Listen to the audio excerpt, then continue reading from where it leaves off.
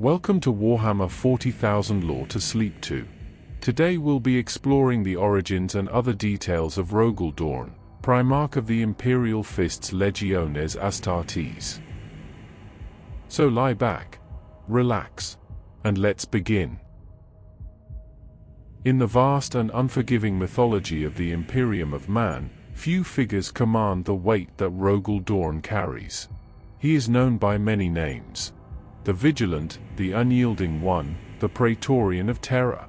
And each title tells you something true about the man who bore it. Not the whole truth, for no single name could contain him, but a piece of it. A facet of a figure who was, in every sense of the word, immovable. Dorn was the seventh son of the Emperor of Mankind, one of 20 demigods engineered to conquer a fractured galaxy and bind it beneath the golden light of one unified civilization. Where some of his brothers were fire. Volatile, brilliant, consuming. Dorn was stone. He did not inspire through spectacle or charisma alone. He inspired through constancy. Through the quiet absolute certainty that wherever he stood, that ground would hold. Those who served under him spoke not of a commander who dazzled them, but of one who steadied them. In the roaring chaos of the Great Crusade, when the galaxy itself seemed to be tearing apart at its seams, Rogal Dorn was the thing that did not move. The eye that was not the storm, but the stillness beside it. He was stubborn to a fault. His brothers would attest to that readily, and often irritably. But that stubbornness came from the same place as his courage. It was not pride that made Rogal Dorn refuse to bend. It was principle. And in a universe that bends everything eventually, that made him something almost incomprehensible. It made him a wall. To speak of the Primarchs in the 41st millennium is to speak a language that has long since drifted from history into scripture. Thousands of years have passed since the age of the Great Crusade, since the catastrophe of the Horus Heresy, since the Emperor was interred upon the Golden Throne. What was once memory has become myth, and what was myth has calcified into religion. Within the Imperial Creed, the vast sprawling faith that sustains the Imperium's billions of souls, the Primarchs occupy a curious and contested space. They are not gods, strictly speaking. The ecclesiarchy is careful about that. The Emperor alone is divine, the singular light around which all devotion must orbit. And yet the Primarchs are more than men. They are saints, perhaps. Archangels. Warriors of such staggering magnitude that the ordinary vocabulary of human admiration fails to reach them. Rogal Dorn holds a particular place within this layered theology. He is venerated as the Praetorian, the Defender, the Guardian. A figure whose legacy is inseparable from the survival of Terra itself. It was Dorn who fortified the Imperial Palace before the siege. It was Dorn who held the walls. And it is Dorn, in the minds of countless faithful, who represents the idea that humanity can endure.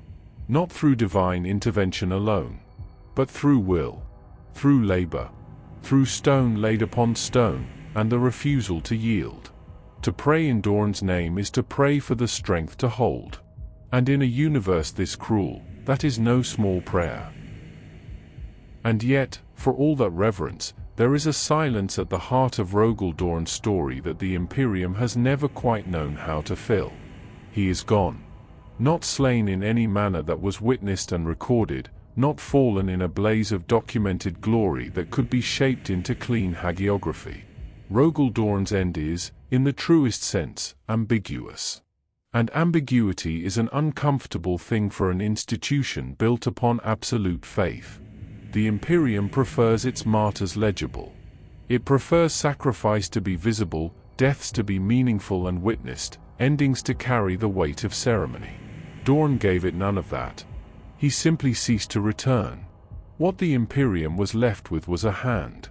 A fragment of the Primarch, recovered and preserved. More relic than evidence. It became an object of profound veneration for the Imperial Fists and their successors. But even so, it could not fill the shape of the man who had stood at the Emperor's side. It is one thing to honor a hero who has died. It is another thing entirely to honor one who has merely vanished. In this way, Dorn's absence functions differently from those of his brothers. It does not close. It persists. An open wound in the imperial myth, a question that faith must stretch itself to accommodate.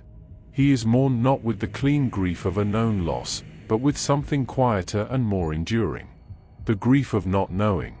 Of holding vigil for someone who may yet return, or may never have truly left at all.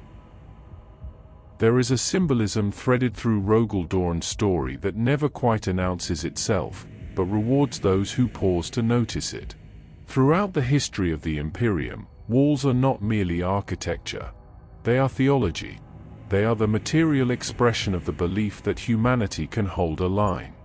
Against the darkness, against the alien, against the inexorable tide of a universe that would see mankind extinguished.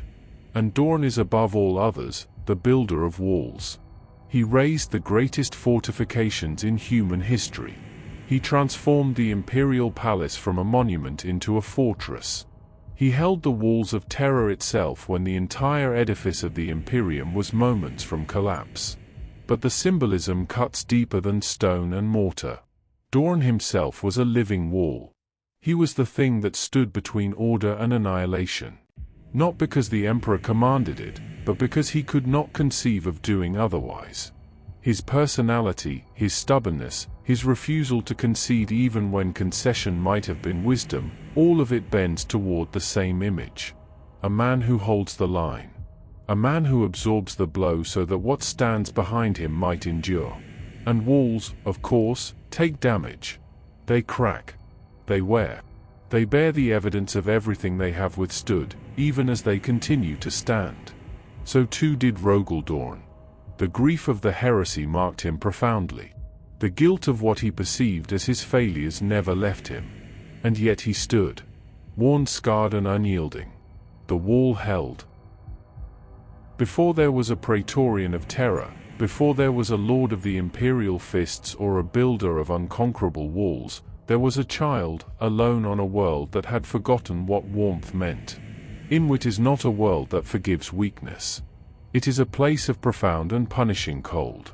A planet so far from its sun that the surface is locked beneath perpetual ice, a frozen wasteland where the light arrives thin and grey and offers nothing resembling comfort. Civilization on Inwit did not sprawl outward across open land as it does on more hospitable worlds. It retreated inward, downward into the ice itself. The people of Inwit built their cities beneath the surface, carved from glacier, sustained by geothermal heat and the stubborn ingenuity of a people who had decided, against all reasonable evidence, to survive. It was here that the infant Rogal Dorn fell to earth. A child of impossible potential, scattered across the galaxy by the machinations of the Chaos Gods before the Emperor could retrieve him. He arrived with nothing. No name, no history, no protection beyond whatever lay within him. And what lay within him, it turned out, was considerable. The details of his earliest years are sparse as they are for most of the Primarchs. What can be said with confidence is that Inwit shaped him. The cold taught him endurance. The darkness taught him vigilance. A world that demanded everything of its people and offered very little in return produced, in Rogal Dorn, a man who expected hardship as a matter of course, and met it without complaint. He had been forged before the Emperor ever found him. As with so many of the Primarchs, Rogal Dorn's early life on his adopted world follows a pattern that feels almost archetypal. The foundling of unknown origin, the extraordinary child taken in by those who cannot quite explain what they have found, the swift and seemingly inevitable rise to prominence. That the pattern recurs across so many of their stories is perhaps no coincidence. These were beings whose nature demanded expression. Circumstance could delay it. It could not prevent it. On Inwit, Dorn came into the care of the ruling nobility. A house that bore, in the manner of his world's custom, the name he would carry forward into legend. The House of Dorn were warriors and rulers, and they recognized in the child they had taken under their protection, something that defied easy categorization. He was stronger than he should have been. faster. He learned with an unnerving completeness, absorbing the arts of war and governance as though he were merely being reminded of things he already understood. He was not by temperament a difficult child. He was not charismatic in the way that some of his brothers would prove to be. He did not light up a room, did not draw loyalty through warmth or wit. He drew it through something harder to define and more durable. The sense that he was absolutely, unconditionally reliable. That if he told you a thing would be done, it would be done. That if he stood beside you, he would still be there when the worst had come and gone. These are not small qualities in a world like Inwit. They are the qualities that, in time, make a ruler. By the time the Emperor came to find him, Rogal Dorn had already become something remarkable. He had not merely survived on Inwit. He had risen through the brutal hierarchies of its noble houses to claim leadership, and from that position of leadership he had done something that no ruler of Inwit had managed before him. He had looked outward.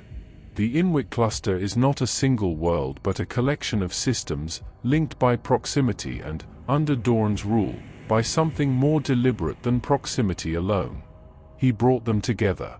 Through a combination of military capability, diplomatic authority, and the sheer gravitational force of his own presence, he forged the scattered worlds of the cluster into a coherent civilization.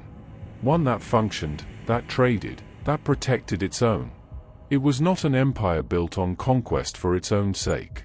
It was an empire built on order, because Dorn understood, at some foundational level, that order was what allowed everything else to exist.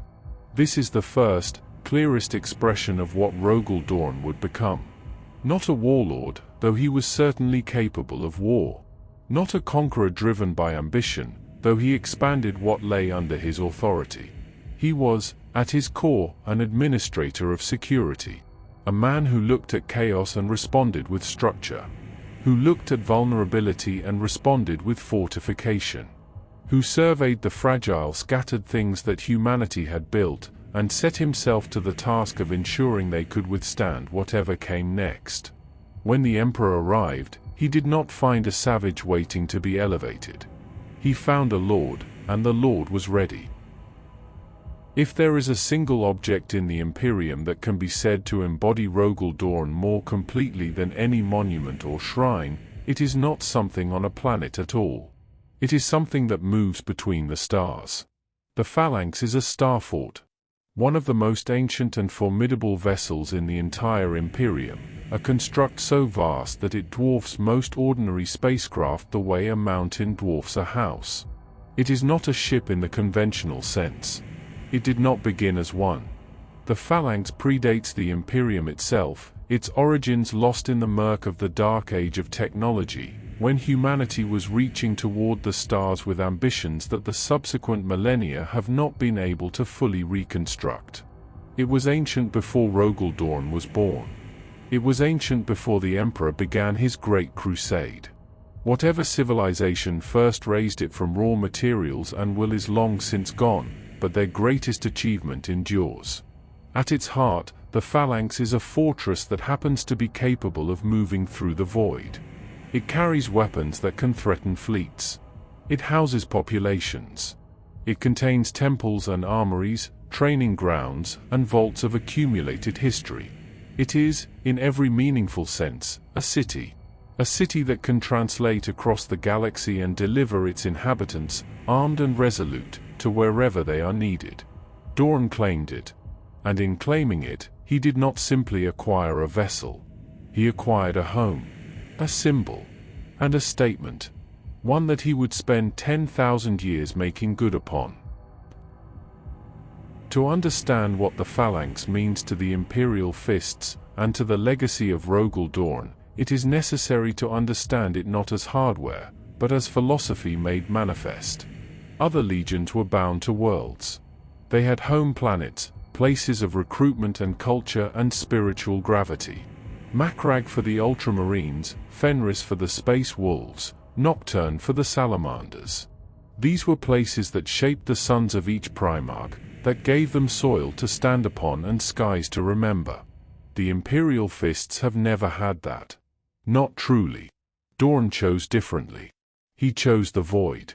The phalanx is not a home in the way that Fenris is a home.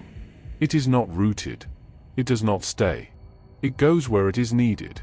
And that, in itself, is a profound expression of Dorn's understanding of duty. A fortress that remains in one place protects one place.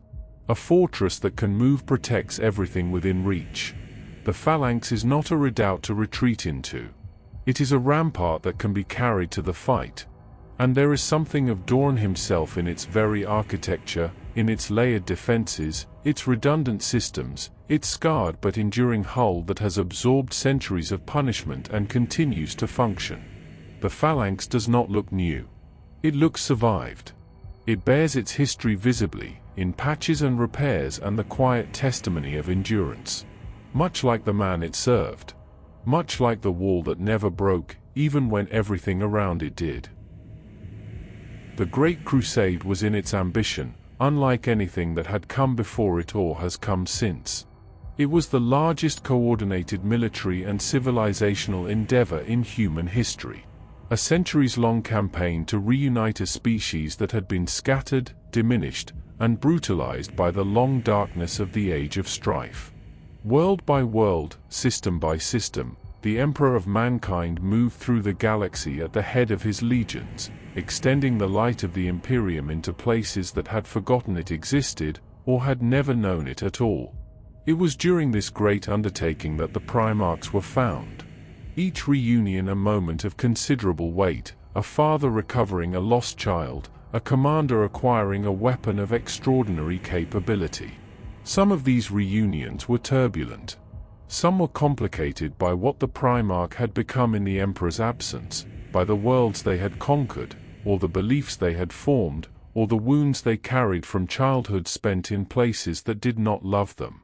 Rogal Dorn's reunion was, by most accounts, notably different in character. When the Emperor came to Inwit, he did not find a man who needed to be persuaded or placated, or carefully managed. He found a man who had spent his entire life, without knowing it, preparing for exactly this moment. Dorn looked upon the Emperor of Mankind and understood, with the same quiet certainty that had defined every decision of his life, what was being asked of him and what his answer would be.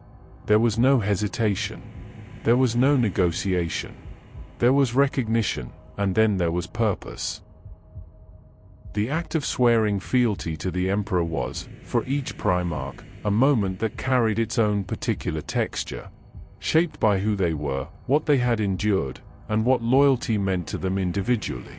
For some, it was an ecstatic surrender to something greater than themselves.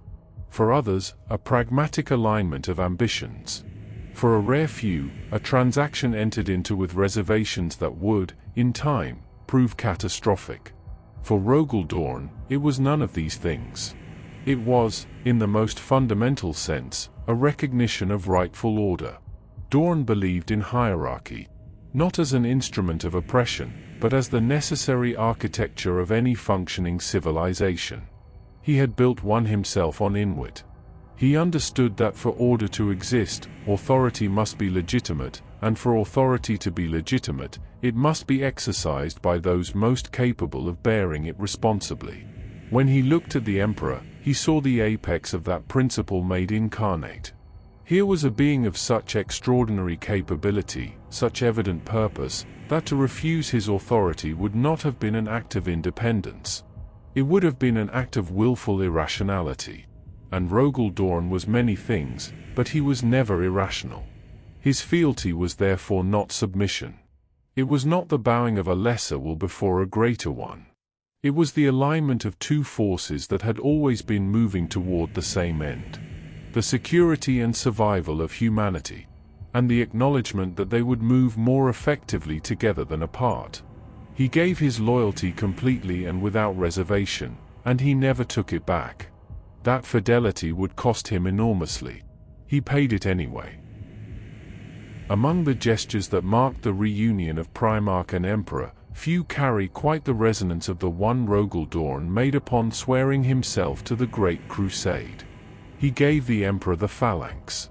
It is worth pausing on that for a moment, because the magnitude of it can slip past if one is not attentive. The phalanx was not merely a powerful vessel.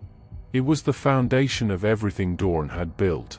The seat of his authority over the Inwit cluster, the greatest asset at his command, the single most formidable object that any Primarch brought with them to the crusade. To give it away was not a casual act of generosity. It was a statement of absolute commitment, rendered in the only currency that a man like Dorn truly understood. The giving of something irreplaceable. He did not give it reluctantly. He did not offer it as a bargaining chip or as a demonstration of wealth, or as a political gesture calculated to impress.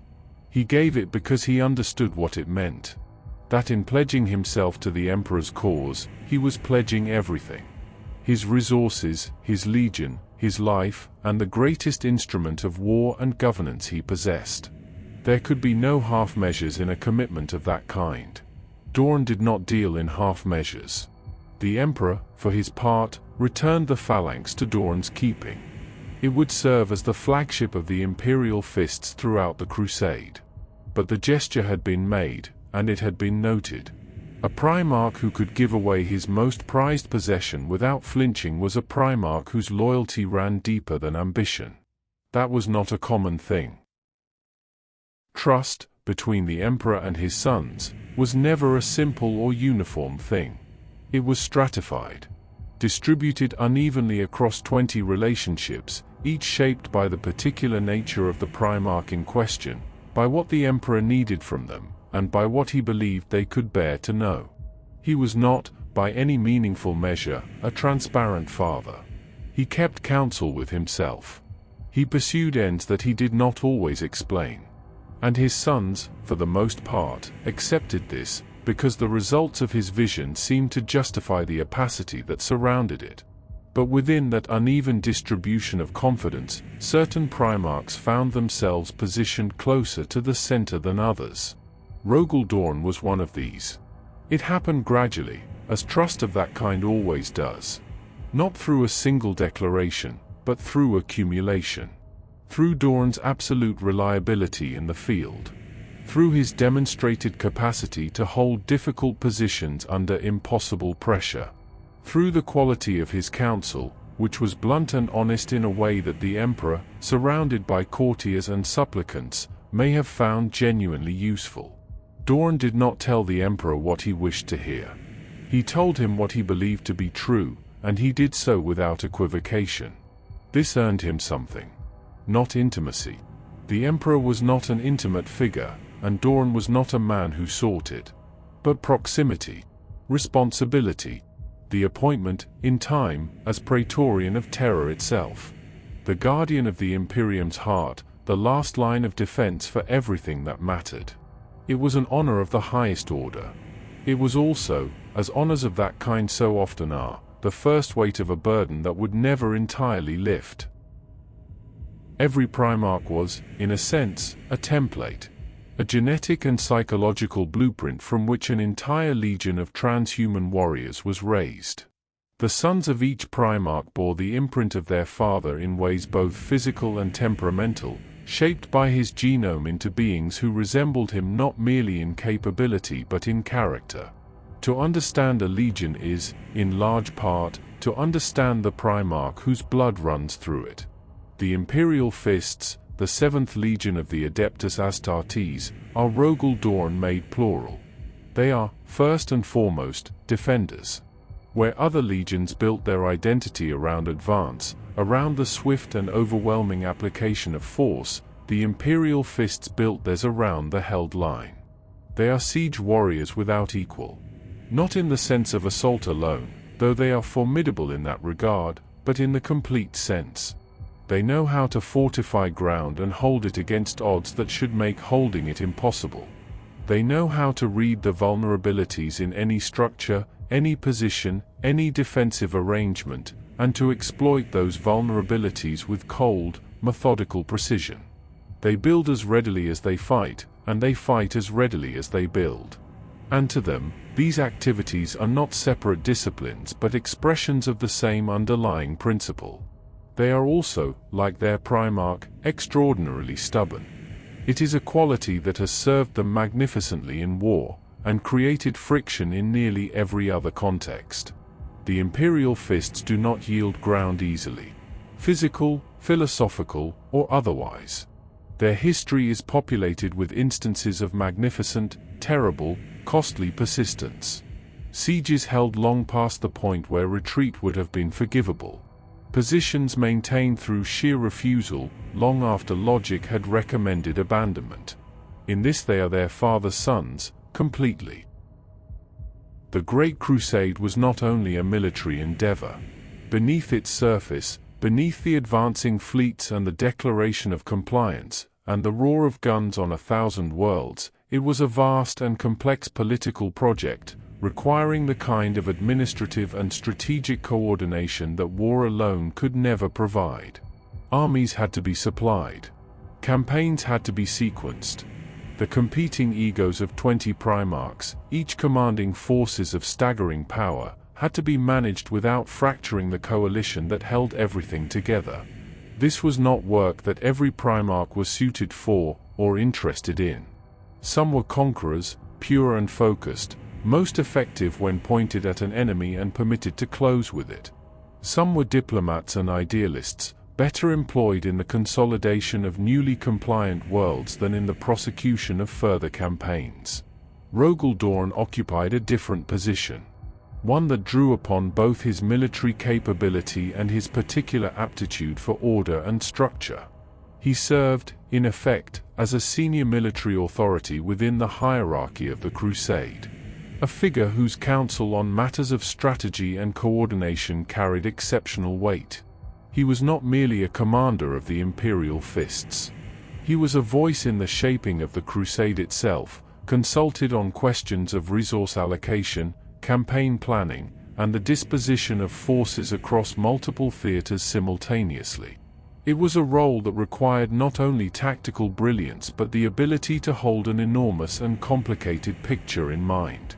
To see not just the immediate battle, but the sequence of battles, the logistical chain that sustained them, and the political consequences of each outcome.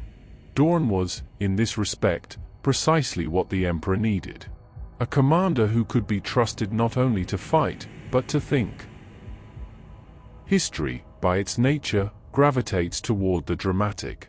It remembers the charges and the duels, the pivotal moments of decision under fire, the speeches given before impossible odds. It is drawn to glory, and glory tends to be loud. What history remembers less readily, what it has always been poorly equipped to record, is the vast, unglamorous infrastructure of effort, upon which every dramatic moment depends. Rogal Dorn lived much of his most consequential work in that unwritten space.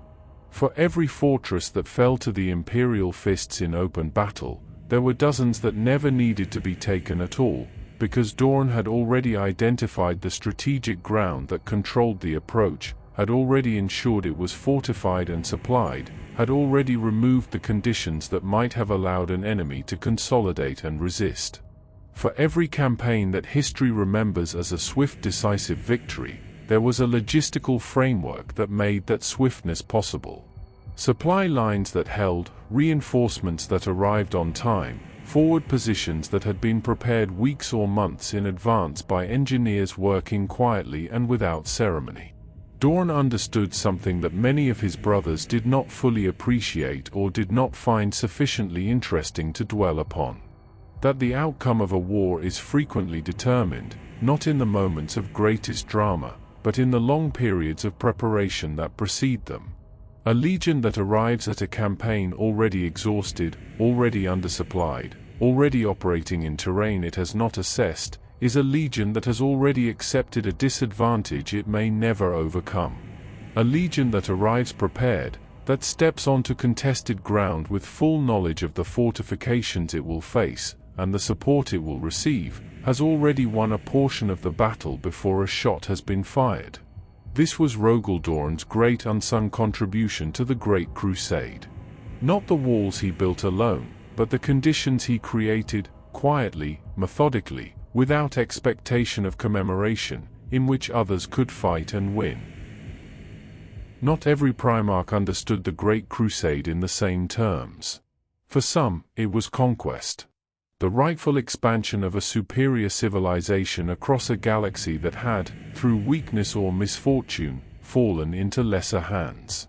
For others, it was liberation. The freeing of humanity from the alien, the demonic, the tyrannical. For a few, it was something more personal. A stage upon which to prove their worth, to carve a legend commensurate with their extraordinary nature. Rogal Dorn saw it differently. He saw it as work. Not in any diminishing sense. He was not a man incapable of appreciating the scale and significance of what the crusade represented. He understood, as clearly as any of his brothers, that they were participating in an undertaking without precedent in human history, and that its success or failure would determine the fate of the species for 10,000 years or more. He grasped the magnitude. He simply did not allow that magnitude to become an excuse for romanticism. To Dorn, the crusade was a civilizing mission in the most literal and practical sense. Humanity had fractured during the Age of Strife. Worlds had regressed. Knowledge had been lost. The barbarisms that isolation and desperation create had taken root in places that had once been better than that. The work of the crusade was to reverse that. To bring those worlds back into contact with one another, to re-establish the institutions and the infrastructure, and the common purpose that allowed civilization to function. It was not glorious work, viewed in its entirety. Much of it was administrative. Much of it was reconstruction. Much of it fell to Dorn's legionaries long after the battles were finished.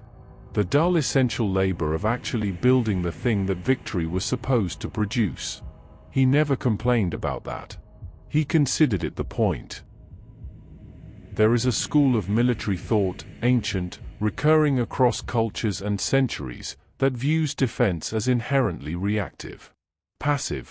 The posture of those who lack the strength or the will to press forward. In this view, the defender is always, in some sense, losing. Ceding the initiative, accepting the enemy's framing of the battle, waiting rather than acting. Rogal Dorn did not share this view. He considered it, to the extent that he engaged with it at all, a fundamental misreading of what defense actually is. In Dorn's understanding, a well-constructed defense is not passivity. It is control. The defender who has prepared his ground correctly, who has identified the avenues of approach and prepared them, who has built depth into his positions and ensured that every assault must pay an escalating price for every meter gained. That defender is not reacting to his enemy. He is shaping the battle. He is imposing his will upon the engagement as surely as any attacker, simply through a different mechanism. He is saying, "You will fight on my terms, on ground of my choosing, at a cost that I have predetermined." Furthermore, Dorn argued through action more than words, that defense and offense were not opposites but complements. A secured position is a platform from which to advance. A fortified supply line is what allows an army to sustain pressure on an enemy indefinitely. The legion that knows how to hold ground is the legion that can pursue a campaign of any duration, because it does not hemorrhage its strength every time the tactical situation shifts against it. This philosophy made the Imperial fists invaluable. Not merely as defenders in a static sense, but as the force that made everything else possible. The anchor around which broader campaigns could pivot, confident that the ground behind them would not give way. It would be too simple to describe Rogal Dorn as a man who merely preferred order to chaos. Preference implies that the alternative remains conceivable, perhaps even occasionally tempting. For Dorn, it ran deeper than preference. Order was not something he chose. It was something he required. The lens through which he processed the world, the standard against which he measured every situation he encountered, the instinct that expressed itself in every decision he made, from the smallest to the most consequential. It showed in his personal habits, which were famously austere and regimented. It showed in the architecture he designed and oversaw, which was never merely functional but always structured according to an internal logic that rewarded close inspection. layered, deliberate, each element in right relationship to the others. It showed in the culture of the Imperial Fists themselves, who developed, over time, a reputation for a rigidity of procedure that their brother legions found, depending on their temperament, either admirable or exhausting. And it showed, more subtly, in the way he responded to disorder when he encountered it. Dorn did not become agitated in the manner of a man whose preferences are being frustrated. He became focused, driven by something that looked, from the outside, very much like a deep and genuine discomfort, an almost physical aversion to systems that were not functioning as they should. Chaos, to Rogal Dorn, was not merely an inconvenience or a tactical problem. It was an affront. It was the condition that preceded collapse, the environment in which everything valuable became vulnerable. His response to it was always the same. He moved to correct it. Steadily, methodically, without drama. Order would be restored because he would restore it. That was simply what happened. Among the qualities that distinguished Rogal Dorn from several of his brothers, one of the more quietly significant, was his apparent indifference to the idea of destiny. In an age that produced figures of mythic stature, beings whose very existence seemed to bend the narrative of history toward them, Dorn stood somewhat apart from the tendency to understand himself in those terms. He did not believe he had been chosen. He believed he had been made, engineered, shaped, and deployed toward a specific purpose by a father whose plans he respected without fully comprehending. The distinction mattered to him. A chosen being derives its authority from some external cosmic sanction. It is special because the universe has declared it so. A made being derives its authority from capability and commitment alone. It earns its place through what it does, not through what it is. This grounded Dorn in a way that protected him from certain kinds of arrogance, even as it left him vulnerable to others. He did not suffer from the delusion, common enough among the Primarchs, that his own judgment was infallible by virtue of his nature. He knew he could be wrong. He acknowledged error when he could be brought to see it. And that acknowledgement, however painfully extracted, was genuine. He did not perform humility. He simply lacked the particular pride that insists on its own exceptionalism. What he had instead was something more durable, if less spectacular. The conviction that the work was what mattered. Not the one who did it. Not the legend that accrued to the doing of it. The work itself, completed, holding, proof against the forces that would undo it. That was enough. That had always been enough. There is a certain irony in the fact that Rogal Dorn, a man of such pronounced practicality, became the source of some of the most venerated relics in the Imperium. His personal war gear, the Storm's Teeth, the Hand of Defiance, are objects of profound reverence among the Imperial Fists and their successor chapters. They are preserved, displayed, consulted as tangible connections to the Father of the Legion. They are, by any reasonable definition, sacred objects. Dorn himself would have found this faintly puzzling. He was not a man who invested heavily in the symbolic power of objects. A bolter was a weapon. Armor was protection. A fortress was a defensive structure. These things had value insofar as they functioned, insofar as they served the purpose for which they had been built or forged. An ancient bolter that no longer fired was not, in Dorn's understanding, more valuable than a functioning one, simply by virtue of its age or its history. And yet he was not without respect for tradition. He understood, even if he did not feel it viscerally in the way that some of his brothers did, that institutions require continuity. And that continuity requires memory, and that memory requires objects and rituals to anchor it against the erosion of time. The Imperial Fists maintained their traditions with characteristic thoroughness, and Dorn supported this, because he recognized the function it served. A legion with no past has nothing to orient itself by. A legion with no shared story has no coherent identity. He simply drew the line at sentiment obscuring utility. Tradition was a tool. Like all tools, its value lay in how it was used. To spend time in Rogal Dorn's company, by most accounts, was not an uncomfortable experience. It was simply a demanding one. He was not cold in the way that the word is commonly understood. He did not radiate hostility, did not hold people at arm's length out of contempt or indifference. Those who served him closely, who had access to the man behind the Primarch, spoke of a figure who was deeply invested in those around him. Who noticed, who remembered, who took the measure of a person with quiet thoroughness, and once that measure had been taken, treated them with a consistency and reliability that felt, to those on the receiving end of it, like a form of profound respect. He was loyal to his officers and his warriors in a way that was not performed. It simply was. They knew it, and it bound them to him more effectively than any amount of charisma could have managed. But he was reserved. Intensely, sometimes almost impenetrably so. The interior life of Rogal Dorn was not something he made easily available. He did not share doubt readily. He did not speak of his fears or his grief, or the weight of the decisions he carried. These things existed. They existed in considerable quantity, as subsequent events would make plain. But they were held inward, contained behind a composure that rarely cracked, and when it did, seemed to surprise even him. In this he was both admirable and limited. His composure gave others something solid to orient around, something to rely upon when everything else was uncertain. But it also placed distance between himself and those who might have helped him carry what he carried, had he permitted them to try. He rarely permitted them to try. The emotional life of Rogal Dorn is one of the more quietly compelling threads in the history of the Primarchs.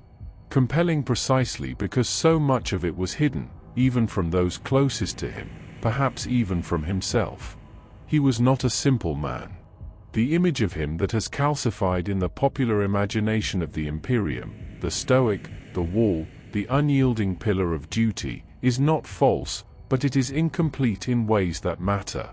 It captures the surface and mistakes it for the whole.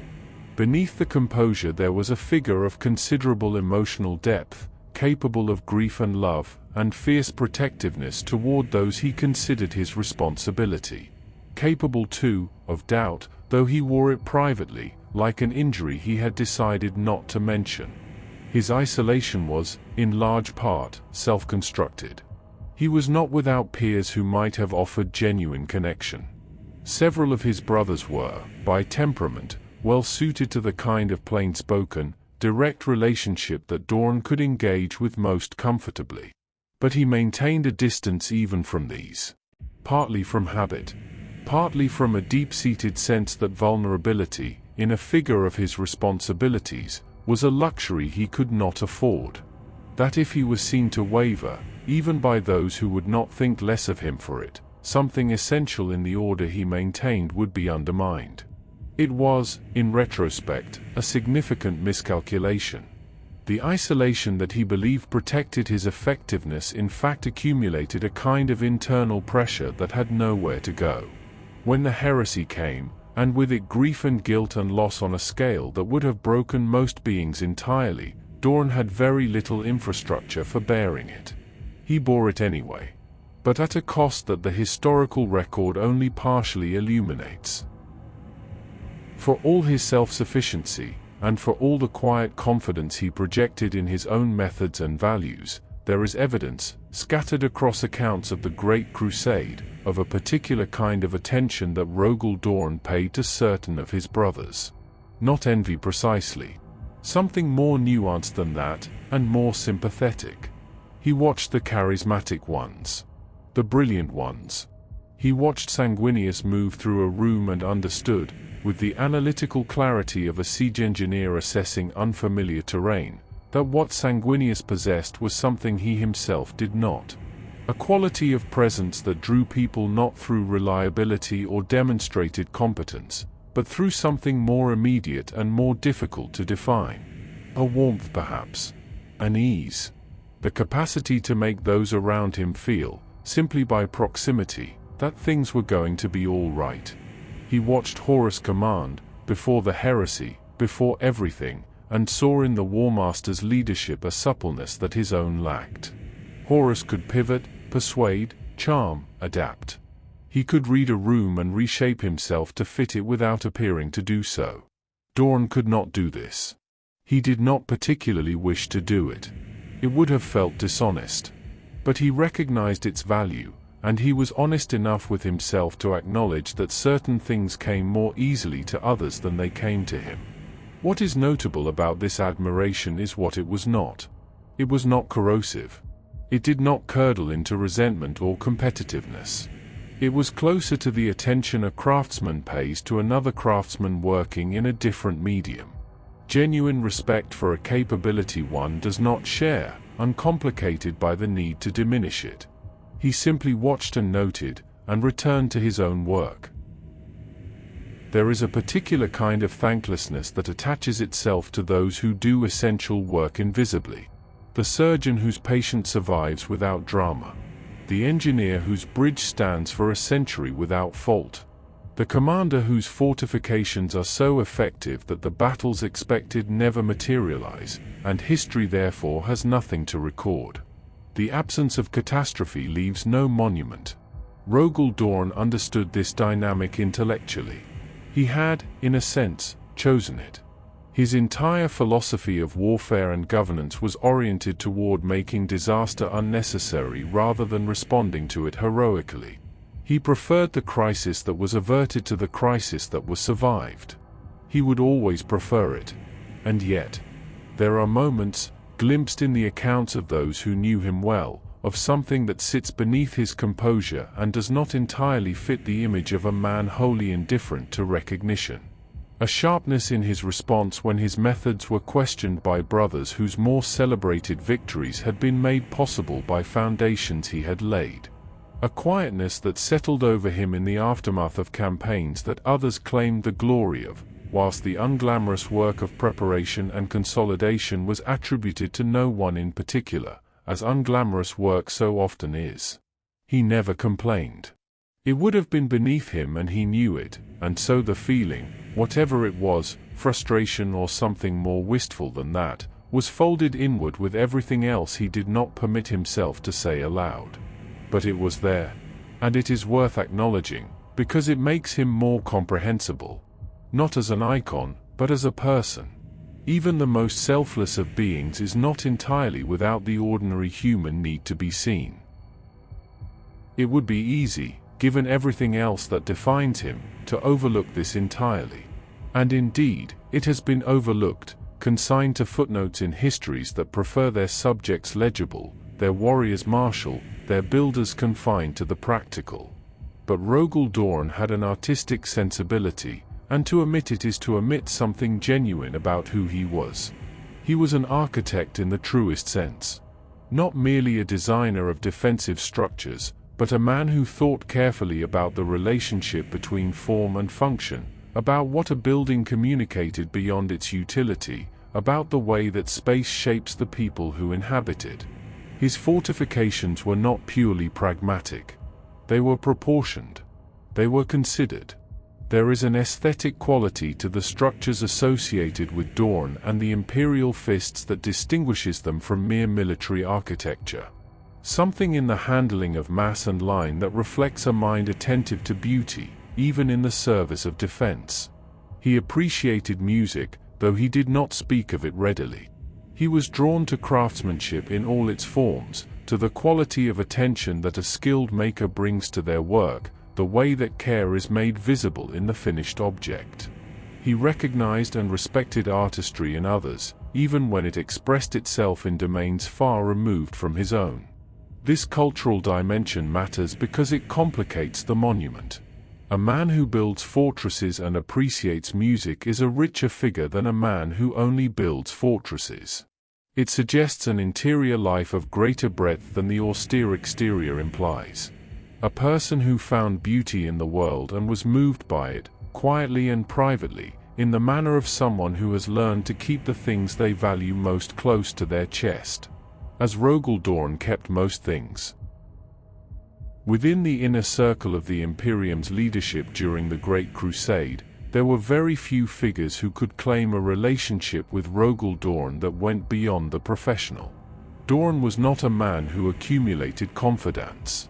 He was not a man who sought them out, or who made the kind of space in his interior life that a genuine confidant requires. And yet, in the figure of Malcador the Sigillite, the Emperor's regent, the first and greatest of his servants, something approaching that rarest of things in Dorn's world can be detected, if one looks carefully enough. Malcador occupied a singular position in the hierarchy of the Imperium.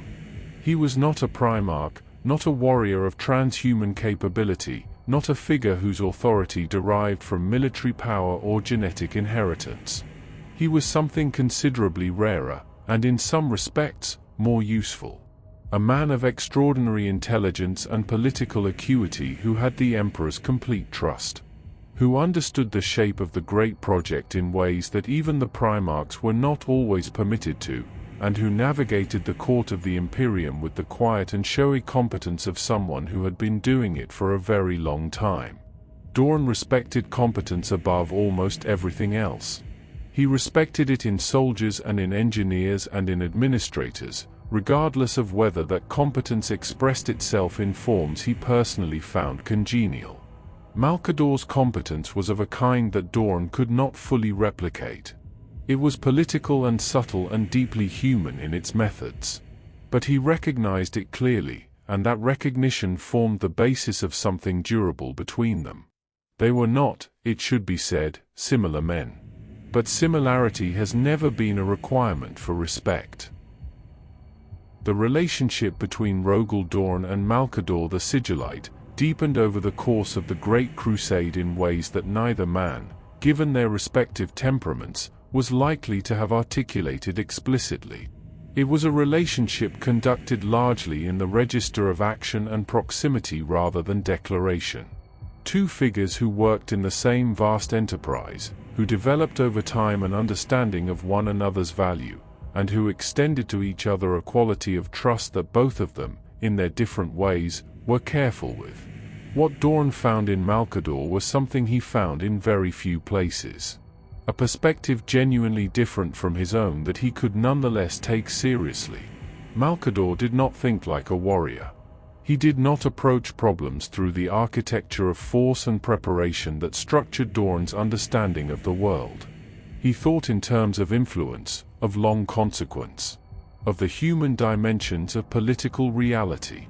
The beliefs people held, the stories they told themselves, the way that institutions were shaped not only by their formal structures but by the weight of meaning that accumulated around them over time. These were not things that Dorn was indifferent to. He was too intelligent for indifference of that kind. But they were things he engaged with less naturally, and there is some evidence that he valued in Malcador a guide to that terrain. Someone whose judgment he trusted in the domains where his own was less sure. For his part, Malcador understood Dorn with a clarity that few others managed. He understood the value of a man who could be relied upon absolutely, in a court where reliability was rarer than it should have been. He understood, too, the cost of that reliability. What it required, what it wore away, what it left behind. He was perhaps more concerned about Dorn than Dorn was about himself. That, too, was characteristic of Malcador. 20 sons of the Emperor, each of extraordinary power and singular character, each shaped by a different world and a different set of experiences, each carrying within them a different understanding of what humanity was for, and what the Imperium ought to be. The relationships between the Primarchs were inevitably as complex and varied as the individuals who formed them. Marked by genuine affection in some cases, by professional respect in others, by tension and friction and the particular difficulty of beings who are each in some sense, accustomed to being the most significant person in any room. Dorn navigated this landscape with characteristic straightforwardness and characteristic limitation. He was not a natural diplomat among his brothers. He did not manage relationships with the attentiveness that some of the more politically minded Primarchs brought to the task. He said what he believed, clearly and without softening, and he expected others to do the same. And when they did not, when they communicated obliquely or pursued agendas through indirection, he found this not merely inconvenient but faintly dishonest. This made him easier to respect than to like for many of his brothers, and easier to trust than to spend extended time with. They knew where they stood with Dorn, which was genuinely valuable, and they found him reliable in the ways that mattered most, which was more valuable still. But the bluntness that made him trustworthy also made him, on occasion, difficult. He was not inclined to spare feelings that he felt ought to be more resilient. He was not inclined to soften a critique that he believed was correct. Several of his brothers found this admirable. Several others found it considerably less so. Of all the tensions that ran through Rogal Dorn's relationships with his brothers, the one that perhaps rewards the closest examination is also the one most easily mistaken for straightforward disagreement. His relationship with Roboute Guilliman, Primarch of the Ultramarines, architect of the 500 worlds, the most administratively gifted commander the Crusade produced, was not hostile. It was something more interesting than hostile. They agreed on more than either might readily have conceded. Both believed in order. Both believed in the primacy of structure and logistics over the romanticization of martial glory. Both were at their core builders. Men who understood that the point of winning a war was what you constructed in the aftermath of it. They were in many respects two expressions of the same underlying conviction, shaped by different methods and different emphases into recognizably different men. And it was precisely that similarity, worn differently, that produced the friction between them. Guilliman's approach to governance and warfare was codified, systematized, rendered transferable. The Codex Astartes would be the ultimate expression of this impulse, the attempt to transform hard-won wisdom into portable doctrine. Dorn's approach was more intuitive, more site-specific, more resistant to the idea that the complexity of real circumstances could be adequately captured in a text. He trusted his own judgment in the field over prescribed procedure, and he was not always receptive to the implication, embedded in Guilliman's methods, that such judgment required the discipline of formalization. Neither man was entirely wrong. That, of course, was precisely what made the disagreement persistent. If the tension with Guilliman was a disagreement between two men who were more alike than they acknowledged, the relationship between Rogal Dorn and Perturabo, Primarch of the Iron Warriors, was something of an entirely different character. It was not a disagreement. It was a wound, and it was a wound that had been there, in one form or another, for a very long time before events gave it its most destructive expression. Perturabo was, in purely technical terms, Dorn's equal as a siege engineer. Some accounts would argue he was the superior. That his understanding of fortification and its countermeasures was more theoretically complete, more mathematically rigorous, more comprehensively worked out. This is a debate that the available evidence does not entirely settle, and it is, in any case, somewhat beside the point. The point is that Perturabo believed it, with a fervor that had curdled, over years of what he perceived as comparative neglect, into something corrosive and consuming. Because the Imperium celebrated Dorn. It gave him titles and responsibilities and proximity to the Emperor. It made him the Praetorian of Terra, the master of the greatest fortress in human history, the defender whose name would be remembered. Perturabo, whose legion was deployed repeatedly to the most grinding and thankless sieges of the Crusade, felt the contrast acutely, and he felt it with the particular bitterness of a man who believed that recognition had been distributed not according to merit, but according to perception. Whether he was right about this is a question worth sitting with. He was not an uncomplicated figure, and his subsequent choices made objectivity difficult. But the grievance, at its root, was not entirely without foundation. That made what came later both more tragic and more terrible. There are forms of military excellence that announce themselves immediately. The cavalry charge that breaks a line in moments, the ambush that turns a battle before the enemy understands what is happening, the inspired decision made under fire that transforms imminent defeat into sudden victory. These are the moments that histories are written around, and rightly so. They are genuine expressions of military genius, and they deserve their commemoration. Siegecraft is not like this.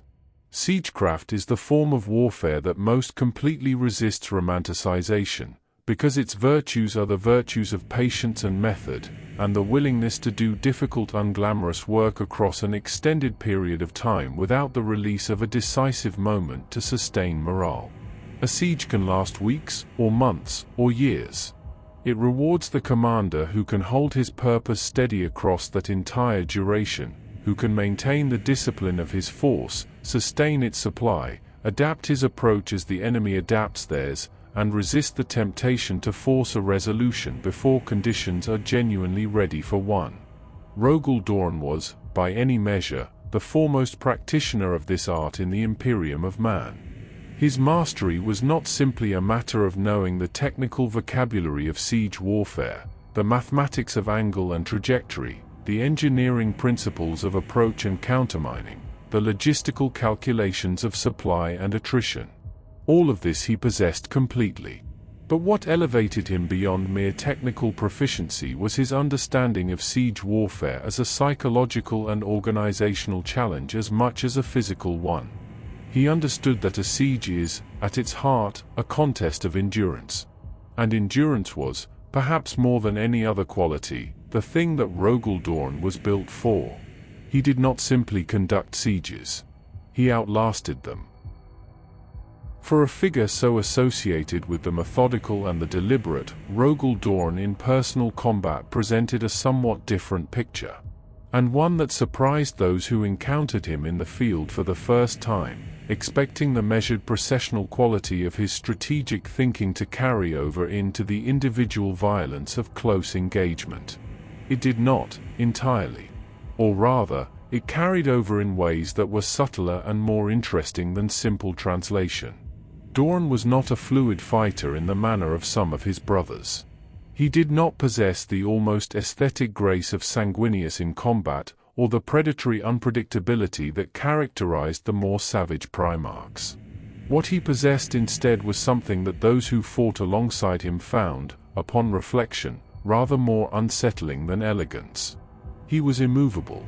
Opponents who expected the natural give of any engagement, the adjustment and readjustment, the mutual probing, the moment when pressure finds its yielding point, encountered instead a figure who simply was not going to move, who absorbed what was directed at him with a quality of physical patience that bordered on the uncanny, and who returned force with a precision that suggested he had been watching, cataloging, identifying exactly where and how to apply it most effectively.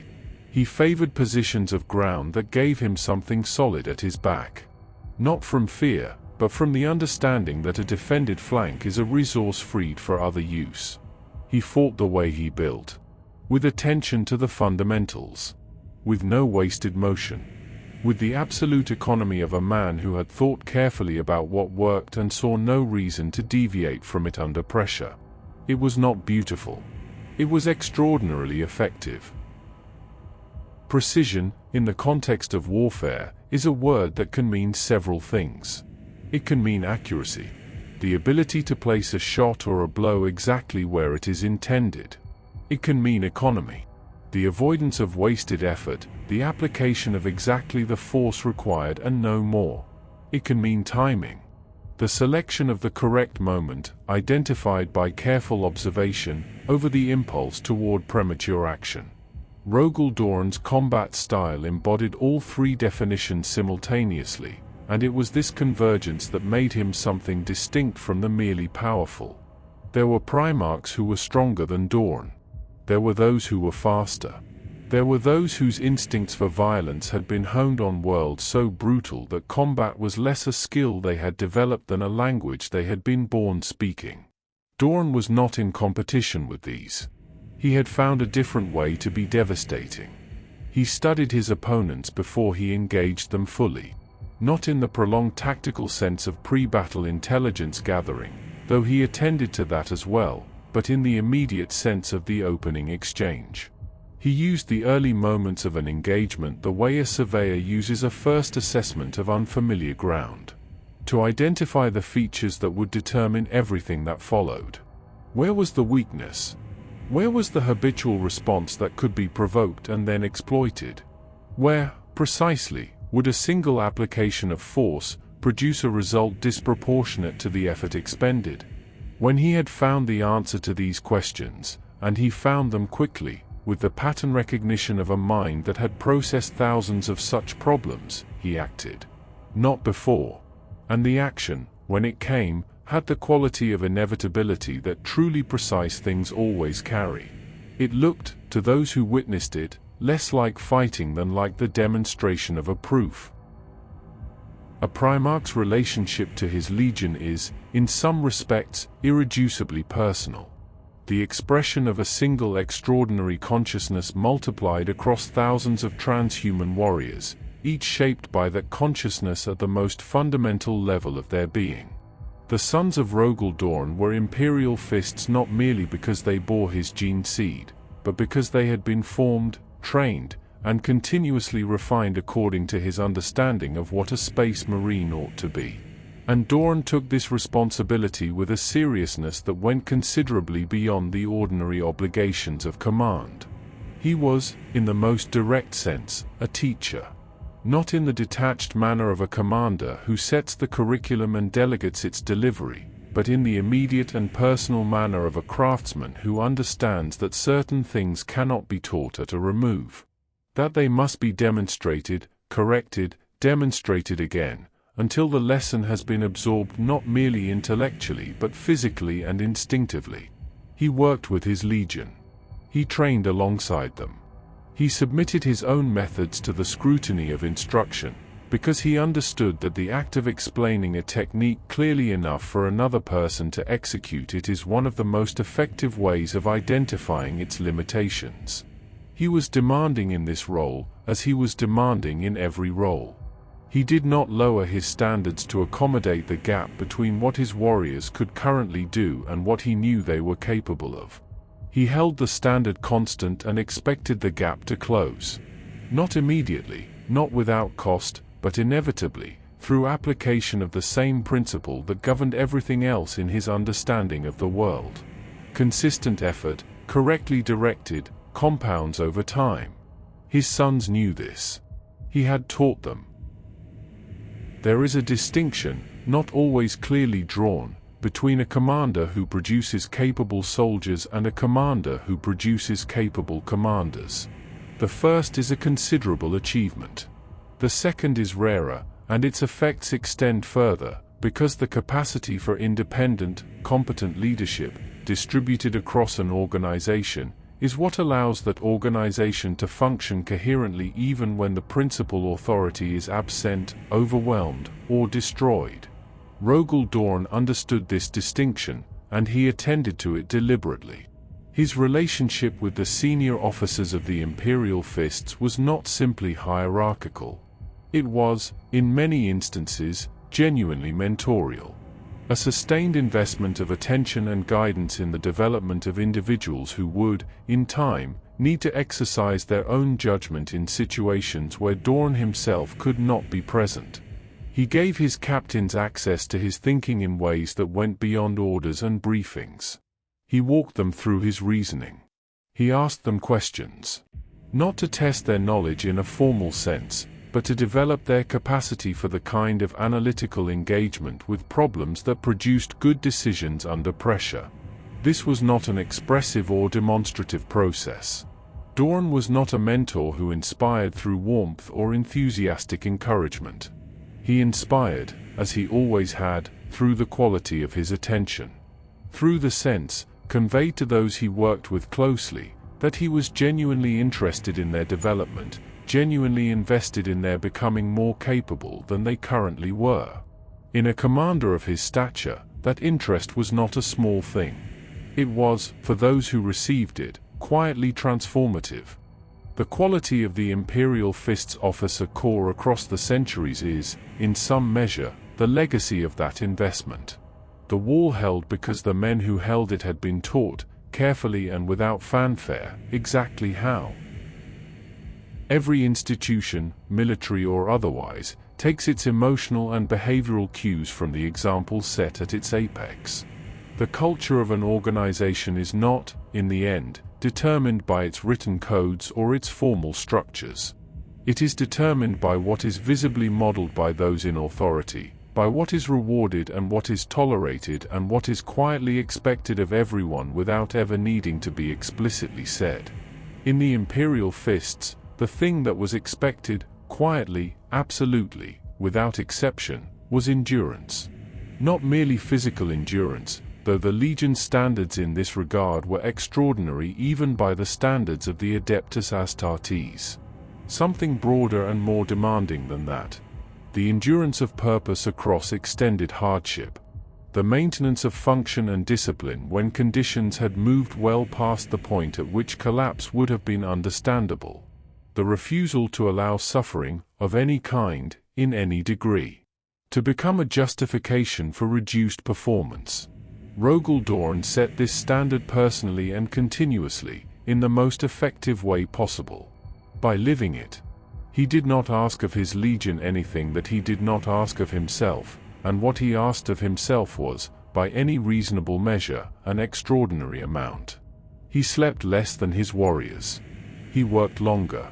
He maintained his composure under pressures that would have cracked most beings, and he maintained it not as a performance but as a genuine expression of his understanding that a commander who is seen to fracture takes something essential from those who depend on him. This was both his great strength, and in its way, a kind of inflexibility that came with costs.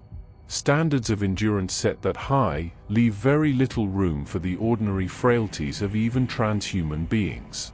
The Imperial Fists would bear the evidence of this, in their culture and in their history, for 10,000 years. The Adeptus Astartes were the Emperor's executioners, the tip of the spear, the force applied at precisely the point where ordinary human capability was insufficient to the task. They were not, and were never intended to be, the whole of the Imperium's military strength.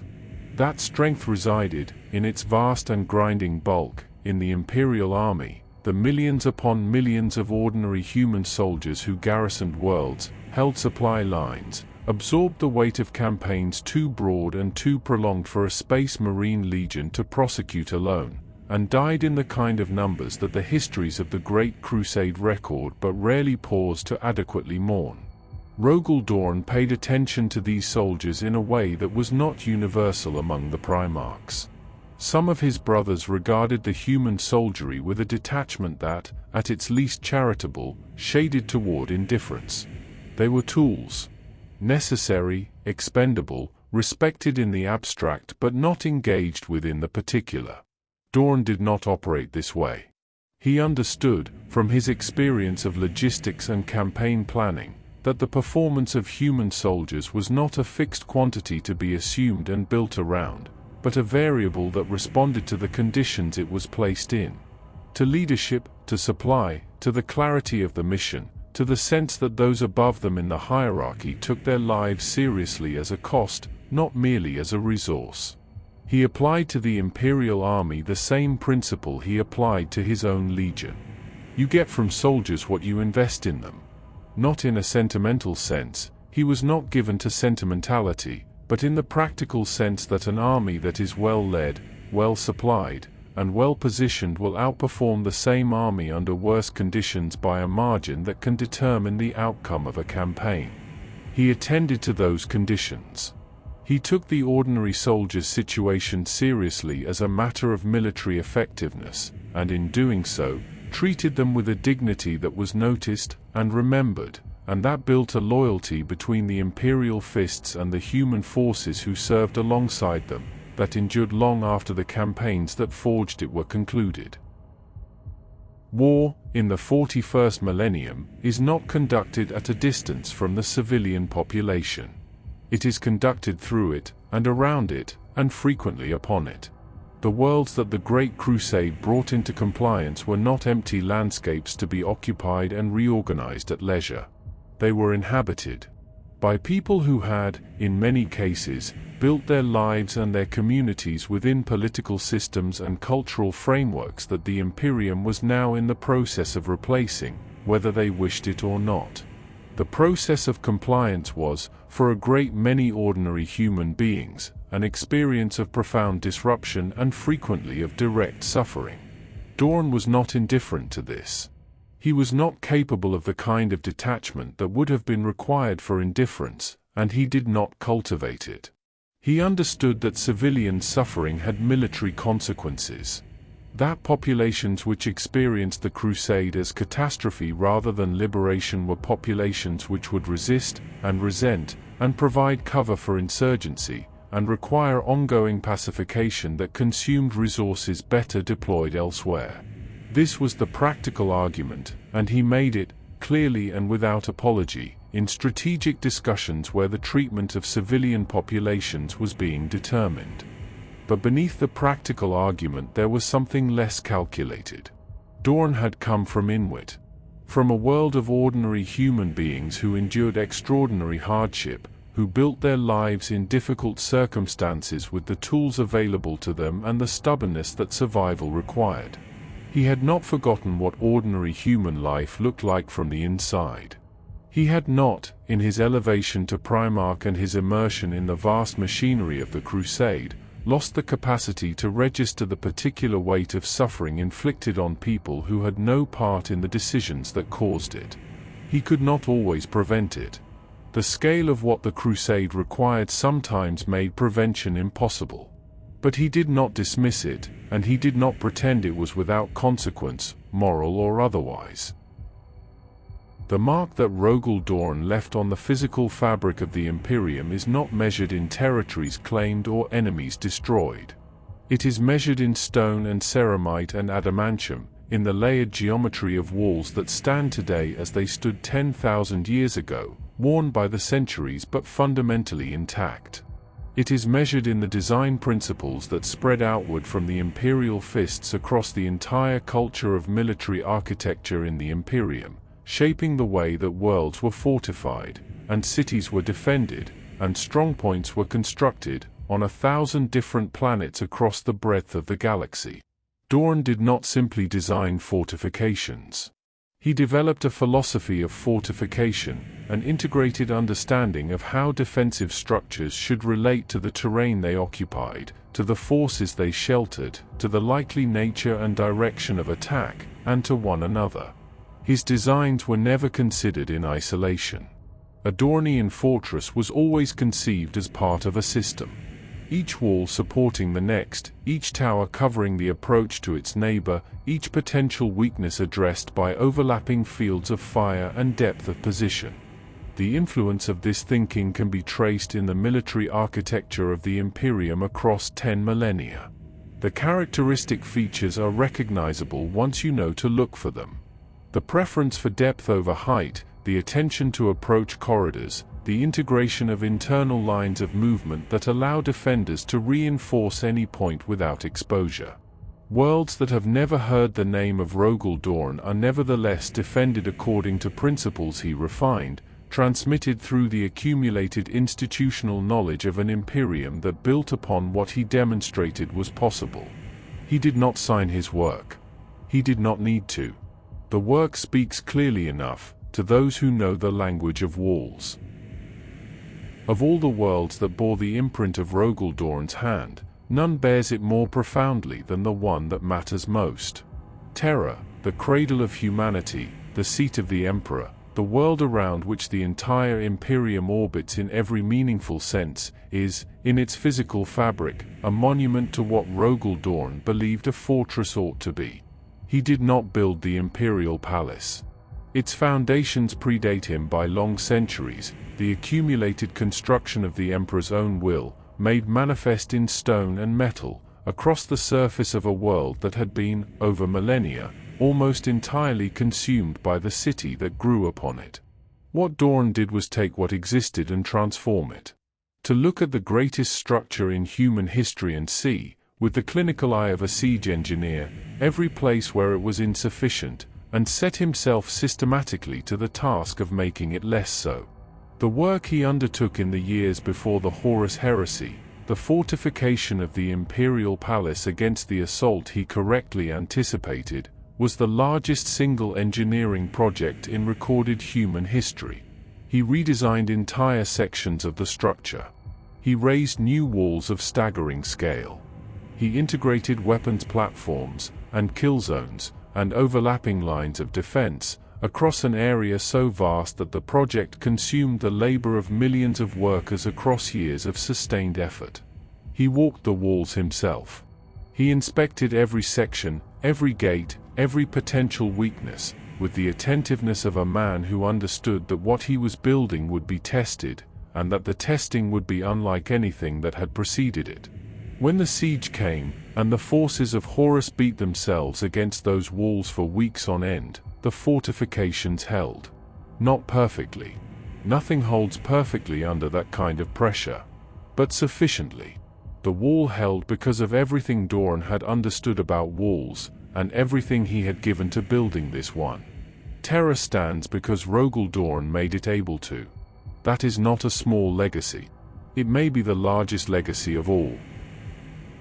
Every institution makes choices about what it values, and those choices express themselves, over time, in every aspect of how the institution functions.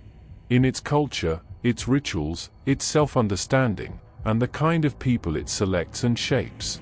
For the Imperial Fists, one of the most consequential choices was also one of the most fundamental, and it was made, as most of the Legion's defining choices were made, by Rogal Dorn. The Imperial Fists have no homeworld. This is not a circumstance that befell them, not a loss, not the consequence of destruction or displacement. It was a decision.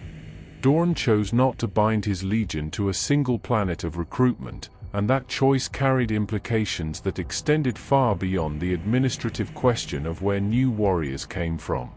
It shaped the entire character of the Legion, its relationship to the rest of the Imperium, and its understanding of what it was for. Other legions drew their recruits primarily from a single world or cluster of worlds, and in doing so they drew something else as well.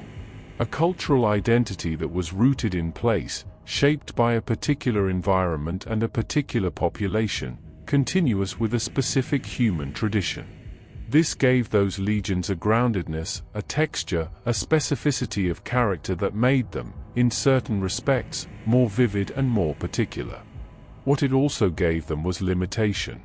An identity rooted in a single world is an identity that depends, to some degree, on that world's continuation. It is an identity with a vulnerability built into it. One that Dorn, who thought in terms of vulnerabilities above all, did not wish to accept. He wanted a legion that belonged to the Imperium entirely, not to any part of it. A legion that could not be accused of fighting for its home, because its home was everywhere. It was a significant sacrifice, and it was made deliberately. Dorn's rejection of the homeworld model was not simply a strategic calculation, though it was certainly that as well. It reflected something deeper. A philosophical position about the nature of loyalty and the dangers of parochialism in an institution whose purpose was, by definition, universal. He had observed, in the cultures of the various worlds that the Great Crusade encountered, the way that attachment to place could distort judgment. A warrior who fights for his home, fights with a particular intensity, it is true. But he also fights with a particular bias, a tendency to weight the defense of the familiar above the demands of the broader mission. He may be reluctant to redeploy when redeployment is strategically correct, if redeployment means leaving his home exposed. He may resist orders that make good military sense but ill accord with the interests of the world he comes from. Attachment is a form of vulnerability, and Dorn's entire professional life had been an exercise in the elimination of vulnerabilities. The Imperial Fists therefore drew their recruits from across the Imperium, from many worlds, many cultures, many backgrounds. They were not Terrans, or Inwit-born, or shaped by any single planetary tradition. They were, in a sense that most Space Marine legions were not, genuinely Imperials. Produced by the entire human civilization, rather than any specific expression of it. This had costs. A legion without a homeworld is a legion without a certain kind of anchor. Without the cultural continuity and the particular human warmth that comes from a shared origin. The Imperial Fists, partly as a consequence of this, developed a culture that was perhaps more austere than most, more self-contained, more dependent on internal bonds rather than the external ones of shared heritage. But they were never provincial. And in a galaxy of this scale, that was worth something considerable. Institutions develop cultures in the same way that geological formations develop their character. Through the accumulation of pressures applied over time, through what is laid down and what is worn away, through the particular combination of forces that act upon them and the specific material they are made of. The culture of the Imperial Fists did not emerge fully formed. It was built, gradually and inevitably, from the interaction of Dorn's own character with the circumstances that shaped the Legion across the centuries of the Great Crusade. Several traits became definitional. The Imperial Fists are, first and foremost, a legion of Stoics. They do not celebrate suffering in the theatrical manner of some of their successors, but they accept it as an inherent condition of their service and they are not diminished by it. They endure, and they endure without expectation of recognition for the enduring, because Dorn modeled endurance as its own justification, and his sons learned that lesson thoroughly. They are methodical to a degree that occasionally shades into rigidity. Their approach to problems, military or otherwise, favors the systematic over the inspired, the proven over the experimental, the structure that has been tested over the innovation that has not. This makes them exceptionally reliable, and on occasion, slower to adapt than circumstances might ideally demand. They hold themselves to standards of self-discipline that are remarked upon even within the broader culture of the Adeptus Astartes. A culture not generally given to indulgence. They are not ascetics in the monastic sense, but they are warriors who have internalized the idea that self-mastery is the precondition of all other competence, and who apply that idea with a consistency that their brother chapters find, by turns, admirable and exhausting. These are not simply cultural traits. They are Dorn's traits, refracted through generations of warriors shaped in his image. The Legion is, in the most literal sense, a portrait of its father. If the Imperial Fists have no homeworld, they have something that functions, in nearly every meaningful respect, as its equivalent. The Phalanx is not simply the Legion's flagship. It is their capital, their repository, their place of memory and ritual, and institutional continuity. It is where the Legion is most fully itself, where the accumulated weight of its history is most densely present, where the connection to Rogal Dorn is most tangibly maintained. The Phalanx carries within it the evidence of everything the Imperial Fists have been and done across 10,000 years of service. Its halls contain relics and records, the preserved equipment of heroes long dead, the documented history of campaigns stretching back to the Great Crusade itself. Its temples were raised in the manner Dorn preferred. Severe, proportioned, built for function, but not without a spare and deliberate beauty that reflects the aesthetic sensibility of the man who first claimed the vessel as his own. The chapter that maintains the Phalanx today does so with a conscientiousness that goes beyond mere preservation. The vessel is a living institution, continuously occupied and continuously used, its space is shaped by the ongoing presence of the warriors who inhabit it. It is not a museum, though it contains what a museum would envy. It is an active place, a working place. A fortress that moves, a home that fights, an archive that is also a weapon. For a chapter defined by its lack of fixed ground, the Phalanx provides something that all human institutions eventually require. Continuity. The sense that there is something which persists across the generations, which carries the identity of the institution forward through time, which connects the warrior of the present to all the warriors who came before him. Dorn gave them no world. He gave them something that moves through worlds, and endures. The second founding, The great division of the Space Marine legions into smaller, more numerous chapters following the Horus heresy, scattered the sons of each Primarch across the Imperium, each new chapter carrying a portion of its parent legion's gene seed, its traditions, and its character into a new and separate institutional life. For the Imperial Fists, this process produced a family of successor chapters whose range and variety tells, in aggregate, a great deal about the complexity of the heritage they drew upon. The most famous of these successors are themselves legendary.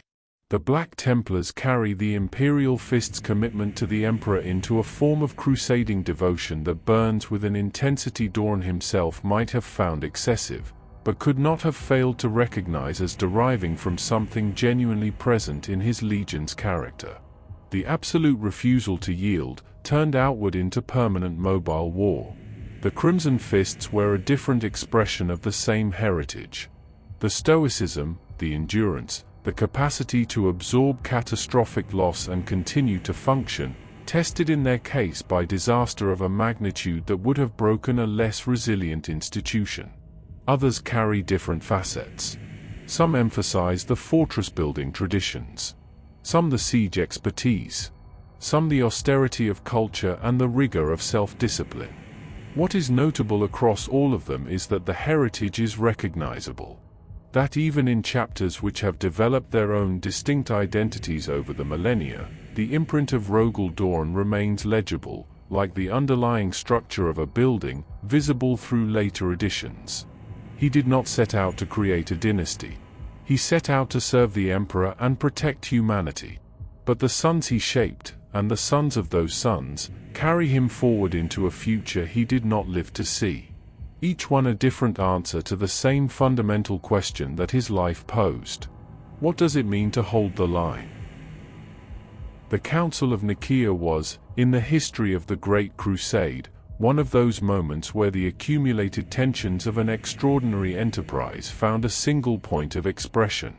Where questions that had been circulating for years, debated informally and incompletely in the margins of campaigns and councils, were finally brought into formal deliberation and forced toward a resolution. The question at its center was the use of psychic power within the Space Marine legions.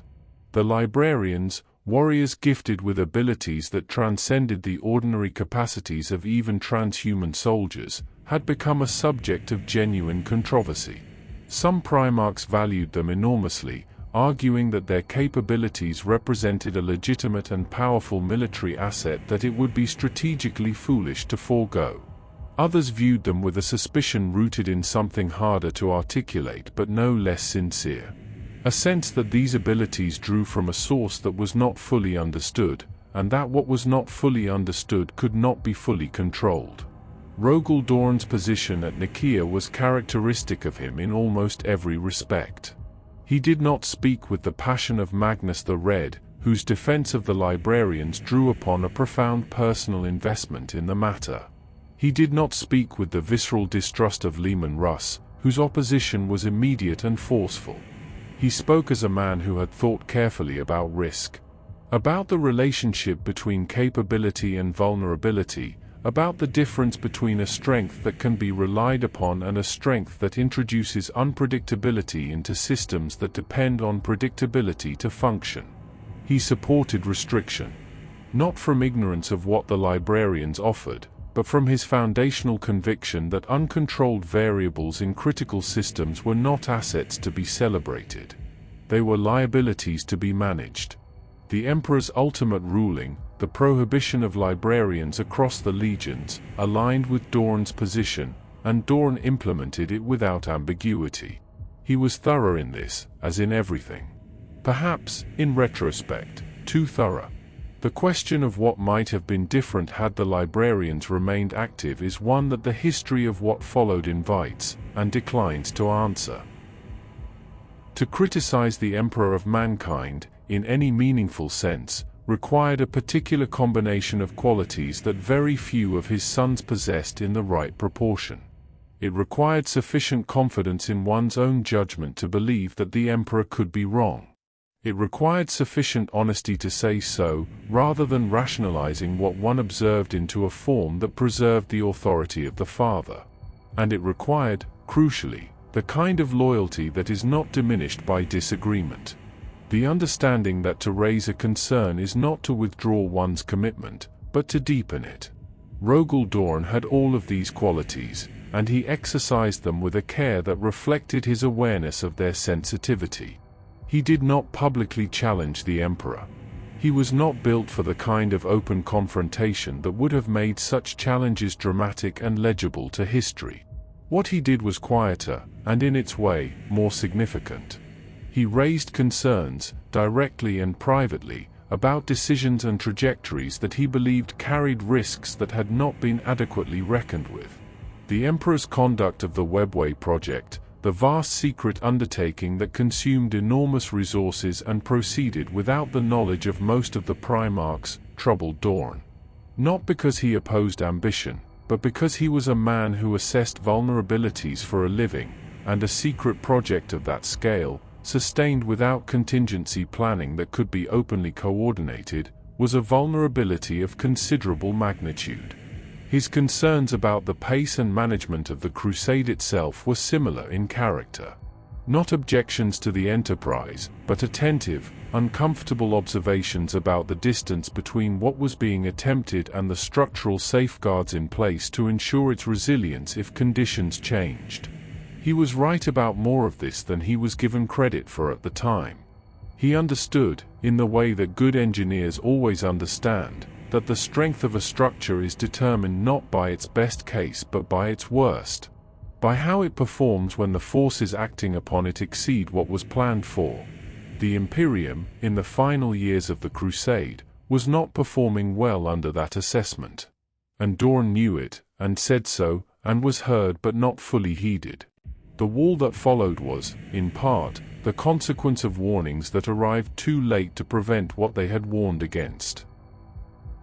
To understand the rivalry between Rogal Dorn and Perturabo properly, it is necessary to understand that it did not begin as a rivalry at all. It began as something considerably more painful. As the long, slow accumulation of a grievance in a figure who had very few outlets for what he felt, directed at a figure who was largely unaware of the role he had been assigned in another man's private calculus of resentment. Perturabo was the Primarch of the Iron Warriors, and he was, in the technical disciplines that both he and Dorn excelled in, a figure of extraordinary capability. His understanding of siege warfare and military engineering was comprehensive and deeply original. He was a mathematician of genuine brilliance, a strategist of considerable sophistication, a commander who understood the architecture of conflict at a level of abstraction that few of his brothers could match. By any objective measure, he was one of the most capable military minds of the Great Crusade. And yet the Crusade used him differently from how it used Dorn. Where Dorn was appointed to positions of authority and prestige, where his capabilities were deployed in ways that the historical record would acknowledge and commemorate, Perturabo and his legion were assigned, again and again, to the campaigns that no one else wanted. The grinding compliance actions against heavily fortified worlds. The reduction of positions that had resisted every other approach. The work that was essential, that required exactly the qualities the Iron Warriors possessed, but that carried with it no glory, no acknowledgement, and no accumulated prestige in the eyes of the Emperor or the broader hierarchy of the Crusade. Perturabo watched Dorn receive what he believed he deserved himself. He watched it across years, across campaigns, across the entire arc of a crusade that employed him relentlessly and celebrated him barely at all. And the watching changed him, slowly, irrevocably, in ways that he may not have been fully conscious of until the change was already complete. It would be too simple to say that Dorn caused what Perturabo became. Perturabo's choices were his own, and the darkness that the heresy revealed in him was not manufactured from the outside. But the particular shape of his bitterness, the specific targets it fixed upon, the form that his betrayal took when the moment of betrayal arrived, bears the unmistakable imprint of this long, asymmetric rivalry. The war between them, when it finally came, was not simply a military conflict. It was a reckoning that Perturabo had been preparing for, in the depths of his own resentment, for a very long time. Dorn had not been preparing for it at all. He had barely known it was happening. That asymmetry, the wound that festers in one and goes entirely undetected in the other, is one of the more quietly devastating dynamics in the history of the heresy. It speaks to the way that proximity and comparison can become their own kind of poison, in beings of sufficient pride and sufficient pain. And it speaks too, to one of Dorn's genuine limitations. His tendency to be so focused on the work immediately before him that the emotional landscape of those around him could shift profoundly without his full awareness. He built walls against the enemies he could see. The one that mattered most, in the end, he had not seen coming at all. There are moments in history where the full weight of a life's preparation converges upon a single task, where everything a person has learned and built, and endured and understood, arrives simultaneously at a point of absolute necessity. For Rogal Dorn, that moment was the fortification of the Imperial Palace. He had known it was coming. Not with the precision of prophecy, not with dates and dispositions confirmed in advance, but with the structural certainty of a man who had spent his entire career thinking about vulnerabilities and who had, for some time, been looking at the Imperium's greatest edifice and seeing it with the unsparing clarity of an engineer rather than the reverence of a subject. The palace was magnificent. It was historically without parallel. And it was, in the state in which the Great Crusade had left it, insufficient for what Dorn believed was approaching. He had raised concerns. He had been heard, partially. And then, when the heresy broke and the full scale of what was coming became impossible to deny, he was given what he had long understood would be necessary: full authority over the transformation of the Imperial Palace into a fortification capable of withstanding the assault of a traitor fleet and the greatest army of corrupted space marines the galaxy had ever seen. What followed was not simply construction. It was the application of every principle Dorn had developed across a lifetime of siege warfare, brought to bear on a single structure of incomprehensible scale, against a deadline that was absolute and non-negotiable. He did not have enough time. He worked as though he did. He slept barely at all in the years of preparation, walked every section of the walls himself, made decisions at every level of detail from the strategic disposition of entire defensive bastions to the precise angle of individual firing positions. He understood, with complete clarity, what failure would mean. That understanding did not paralyze him. It simply ensured that he never stopped. The scale of what Rogal Dorn built in the years before the Siege of Terra is, even by the standards of a universe in which the extraordinary has become commonplace, genuinely difficult to comprehend. The Imperial Palace occupies a vast tract of the Himalayan range, what was once the Himalayan mountains, transformed over millennia of construction into the foundation and substance of the greatest structure in human history. To fortify it was not a matter of raising walls around a building. It was a matter of turning an entire mountain range into a weapon. Dorn worked outward from the center in concentric rings of defense, each designed to exact a price from any attacking force and to channel it into conditions increasingly favorable to the defenders. The outermost walls were intended not to hold indefinitely. Dorn was too experienced a siege engineer to believe in the indefinitely held outer perimeter, but to slow, to attrite, to consume the assault's momentum before it could close with the positions that truly mattered. Each successive line of defense was stronger than the last, deeper, more heavily armed, designed with the assumption that everything in front of it would eventually fall and that its function was therefore not to prevent that fall but to make it costly enough to matter.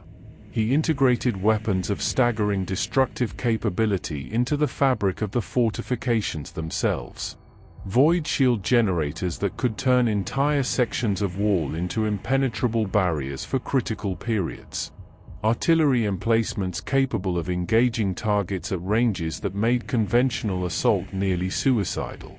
Kill zones so thoroughly prepared that an attacking force entering them would find every approach covered, every avenue of shelter anticipated, every potential position of concealment already addressed by the design.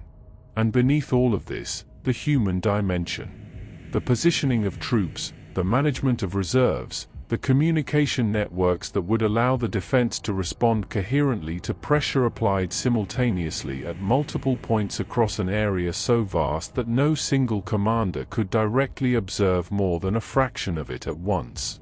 It was the largest and most complex defensive work in human history. It remained so. And when the enemy came, it was ready. Mostly. Dorn had wanted more time. He always wanted more time. The title of Praetorian of Terra carried, in the period before the heresy, the weight of an honorific. A recognition of Dorn's extraordinary capabilities and his position of trust within the Emperor's inner circle. In the years of the siege, it became something considerably more literal. He was, in the most direct and unambiguous sense, the man responsible for whether Terra fell or held. This was a responsibility unlike any he had previously borne, not because of its scale. Dorn had operated at enormous scale throughout his career, but because of its totality. In previous campaigns, a failure could be recovered from. Ground lost could be retaken. A battle going badly could be retrieved by reinforcement, by repositioning, by the application of reserves held back precisely for the moment when they were most needed. The defense of Terra admitted none of these consolations. There was no falling back from Terra. There was no strategic withdrawal to a more defensible position. There was no secondary theater from which pressure could be relieved. If Terra fell, the Emperor fell. If the Emperor fell, the Imperium ended. The calculation was that simple and that absolute, and Dorn held it in his mind throughout the entire duration of the siege. Not as a source of paralysis, but as the unwavering context within which every decision he made was taken. He commanded the defense with the same qualities that had defined his entire career. Methodically, attentively, with the rigor of a man who had prepared as thoroughly as the available time permitted and who was now executing that preparation with complete commitment. He was present everywhere the situation demanded his presence. He managed his reserves with the careful hand of a commander who knew that the moment he exhausted them prematurely, the equation changed irrevocably. He held. At enormous cost, and for longer than most beings could have managed. He held. The Siege of Terra was not a single battle. It was a campaign of weeks, fought simultaneously across multiple fronts, at a scale of violence and attrition that pressed the defenders to their limits, and on several occasions, beyond what those limits had been believed to be. It was a test of everything. Of the fortifications Dorn had built, of the warriors who manned them, of the logistical systems that sustained the defense, and of the command that held all of it together under pressure that was, by any reasonable measure, unbearable. Dorn bore it. His command during the siege was characterized by the same qualities that had defined his approach to warfare throughout the Great Crusade, but expressed under conditions of extremity that revealed their full depth. He did not panic. This sounds like a modest achievement until one considers what he was facing. The sustained assault of a traitor force of staggering size, the knowledge that the Loyalist relief fleet might not arrive in time, the visible erosion of fortifications he had built with his own hands, the death of warriors he had personally trained. And understands that composure under those conditions was not a passive quality but an active and continuous act of will. He adapted. As sections of the outer defenses fell, as they had always been expected to fall, at some point, under sufficient pressure, he adjusted the disposition of his forces, contracted the perimeter intelligently, ensured that each withdrawal was conducted on his terms rather than the enemy's. He refused to allow the loss of ground to become a rout. Every meter yielded was yielded in exchange for a price extracted, a delay imposed, an attacking force bled to a degree that the overall arithmetic of the siege required. He communicated constantly. To his officers, to the units holding the walls, to the Allied forces whose coordination was essential and whose confidence required the steady reassurance that the command above them remained functional and in control. He was the voice that told them the wall was still there, because he was the wall, and the wall was still there. And when the vengeful spirit descended, and the nature of the final confrontation became clear, he did not hesitate. The decision to lead the boarding action against Horus's flagship, the Vengeful Spirit, was not a conventional military decision. It was something more elemental than that. A response to a situation in which conventional military logic had reached its limit, and what remained was a choice between action and the unbearable weight of inaction. The Emperor had gone to the Vengeful Spirit. He had gone, as was his nature, without adequate explanation of his intent, without the force that Dorn believed should accompany him, into the most dangerous environment in the galaxy. The flagship of a warmaster turned traitor, surrounded by the best and most corrupted warriors the Chaos Gods had been able to corrupt. Dorn followed him the only way he could. He led the boarding assault himself. It was not a task he delegated. It was not a task that could have been delegated, because it required the kind of authority and capability that very few beings possessed, and because Dorn understood, with the clarity that defined him, that this was the moment for which all his preparation had ultimately been in service. Not the building of walls. Not the management of logistics. This, the direct application of everything he was, in the place where it mattered most, at the moment when it was most desperately needed. The fighting aboard the Vengeful Spirit was unlike anything in Dorn's experience of warfare, and his experience was vast. The ship had been transformed by its immersion in the warp, its internal geometry corrupted and its spaces haunted by the full weight of the Chaos God's attention. It was not a battle conducted according to any principles he had ever prepared for. It was a battle conducted in the dark, against enemies whose nature had been altered beyond the parameters of conventional engagement, in an environment designed to disorient and destroy. He pushed forward anyway. Through it, and through everything it threw at him, toward the Emperor. What Rogal Dorn found when he reached the bridge of the Vengeful Spirit is one of the moments that the Imperium has returned to, across 10,000 years, with the compulsive attention it gives to things it cannot fully process. The Emperor was alive. The word alive requires qualification in this context, because what Dorn recovered from the wreckage of that final confrontation was not the Emperor as he had known him. Not the being of commanding presence and sovereign authority who had stood at the center of the Imperium's entire project and held it together by the force of his will. What he found was a figure broken beyond the capacity of conventional medicine to address, sustained by something that was no longer entirely physical, present in a way that was no longer entirely legible to the instruments and understanding available. Horus was dead. The Warmaster, who had broken the Imperium and brought the forces of chaos to the walls of Terra, who had corrupted brothers and shattered legions and brought 10,000 years of human progress to the edge of oblivion. Horus was dead, destroyed in the final confrontation with the Emperor at a cost that was total. The heresy, in its military sense, was over. Dorn carried the Emperor from that place. The accounts differ on the precise details. The Siege of Terra exists in a stratum of history where record and myth have become difficult to separate.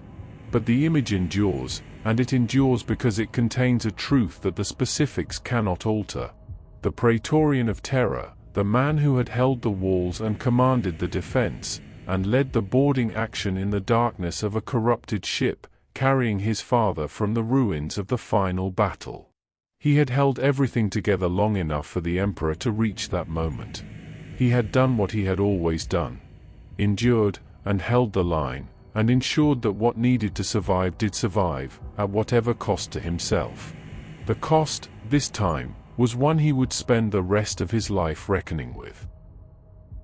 There are forms of grief that announce themselves clearly, that arrive with the violence and immediacy of a wound, that demand acknowledgement, that cannot be denied or deferred.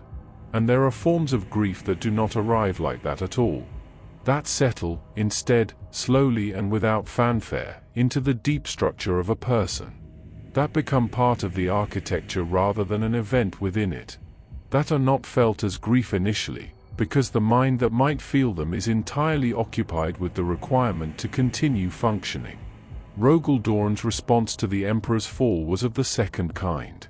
In the immediate aftermath of the siege, in the days and weeks during which the Imperium attempted to understand what had happened to it, to assess the damage, to make decisions about the Golden Throne and what it would mean to place the Emperor upon it, Dorn functioned. This is not a small thing.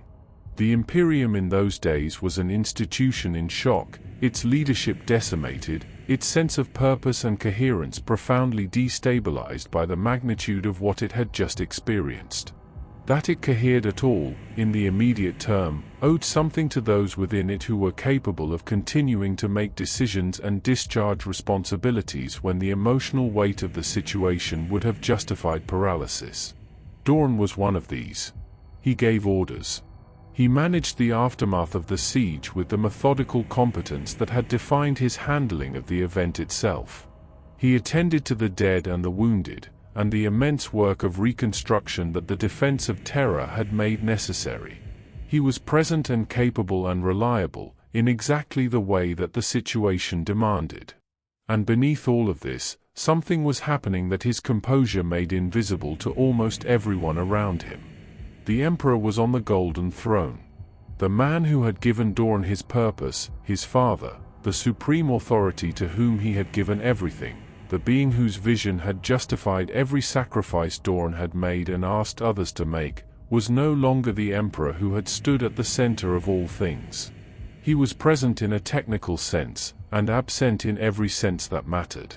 Dorn had held the walls of Terra. He had done what had been asked of him, and more than what had been asked, and it had not been enough to prevent this. That knowledge settled into him like water into stone, slowly, without drama, finding every crack and occupying it completely. It would take time for the full weight of it to become visible. Time, and the specific event that broke what the siege had merely weakened. The Imperial Fist sent a fleet to intercept a word-bearer's force in the aftermath of the heresy. The fleet was destroyed. Not in a battle of contested outcome, not in a defeat that could be attributed to the unpredictable variables of combat, but in an ambush. A carefully prepared, deliberately executed ambush. The Imperial Fists walked into it, and the fleet was destroyed, and the warriors aboard it were lost. Rogal Dorn blamed himself. This is, on its surface, a statement that requires examination. He had not commanded the fleet in person. He had not made every tactical decision that led it into the ambush. There are grounds on which a reasonable assessment of responsibility might distribute the cause of what happened across multiple factors, multiple decisions, multiple failures of intelligence and planning that were not all within his direct control.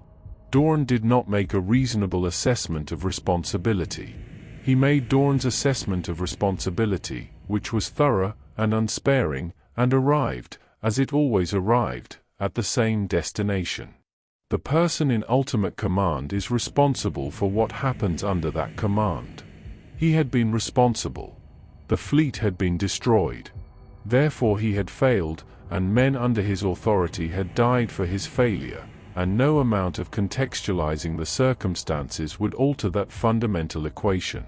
What followed was one of the most painful episodes in the post-heresy history of the Imperial Fists, and one of the most revealing moments in the interior life of Rogal Dorn. He underwent the Liturgy of Steel, a ritual of self-mortification in which the Primarch submitted himself to a structured process of suffering, a physical reckoning with failure that externalized the guilt he had been carrying inwardly. It was not, in the culture of the Imperial Fists, an aberrant act. It was an expression of the Legion's deepest values about accountability and the cost of failure. But the intensity with which Dorn underwent it, the degree to which he seemed to need it, to require the physical dimension of the reckoning as though internal guilt alone were insufficient punishment, spoke to something that had been building for longer than the loss of the fleet. He had been carrying the weight of the Emperor's fall since the moment he had lifted the Emperor's broken body from the floor of the vengeful spirit.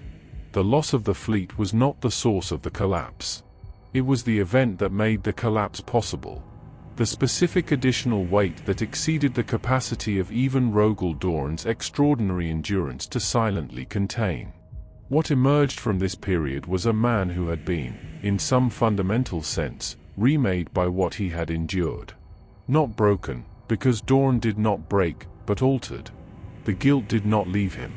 It became part of him, in the way that the most significant experiences always become part of the people who survive them. He carried it forward, as he carried everything forward. With composure, with purpose, and with the private, absolute knowledge of what it had cost to arrive at where he stood. The wall had cracked. It had not fallen. But the cracks were there now, visible to those who knew where to look, and they would never entirely close. In the immediate aftermath of the Horus heresy, the Imperium faced a choice that was not, in truth, a choice at all. It was a necessity dressed in the language of strategy. The traitor legions had been defeated at Terra, their warmaster destroyed, their great assault broken against the walls that Dorn had built.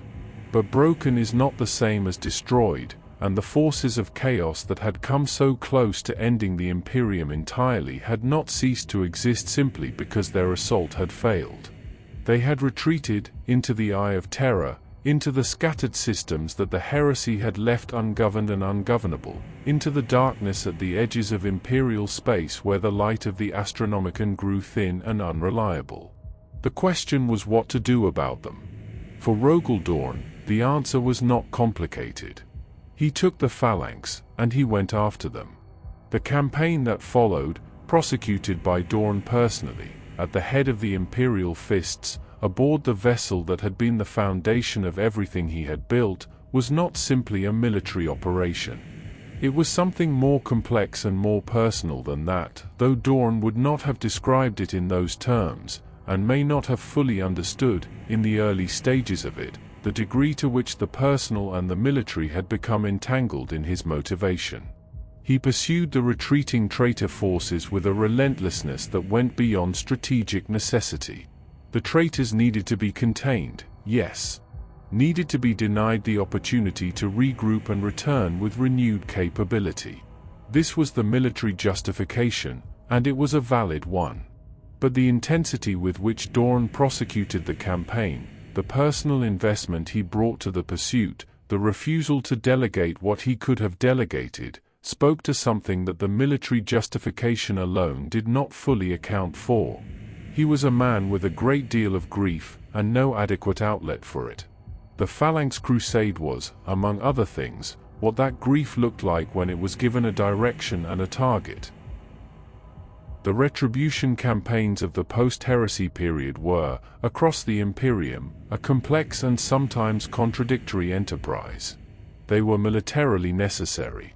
The consolidation of loyalist control over systems that had been contested or compromised during the heresy required sustained effort, and the reduction of traitor holdouts that had been bypassed during the initial phases of the reconsolidation demanded resources and attention over an extended period. They were also, in many instances, emotionally driven in ways that military commanders did not always acknowledge and that historians have not always been comfortable examining directly. Dorn's retribution campaigns were both of these things simultaneously. He fought with the methodical competence that had always characterized his approach to warfare. The careful preparation, the attention to logistics, the refusal to accept unnecessary losses in pursuit of objectives that could be achieved more efficiently with greater patience. He did not become reckless. He did not abandon the principles that had made him the commander he was. But there was a quality to the campaigns of this period that those who served under him noted and struggled to describe. A relentlessness that exceeded the demands of the strategic situation, a willingness to push the pace of operations to the limit of what his legion could sustain, a personal intensity that was different in character from the focused professionalism of the Great Crusade. He was punishing himself as much as the enemy. This is perhaps an uncomfortable observation, but it is one that the evidence of the period supports. The campaigns of this era placed enormous demands on the imperial fists. Demands that Dorn could justify strategically, and that his legion met without complaint, because they were his sons and they would follow where he led. But the pace was Dorn's pace, and Dorn's pace in this period was the pace of a man outrunning something he could not face standing still. He had always worked hard.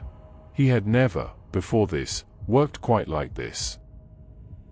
The creation of the Codex Astartes, Robute Guilliman's great systematization of space marine doctrine, the text that would reshape the entire structure of the Adeptus Astartes following the heresy, was one of the most consequential decisions of the post-heresy period, and one of the most contested. The proposal to break the legions apart into smaller, independent chapters was not universally welcomed, and the debate it generated among the surviving Primarchs and their senior commanders was, by several accounts, among the most intense of the entire post-war period. Rogal Dorn opposed it. He opposed it with a conviction and a consistency that was characteristic of him, and that brought him into direct and sustained conflict with Guilliman at the moment when the two men's underlying differences were least able to be smoothed over by the demands of shared purpose. His objections were practical and sincere.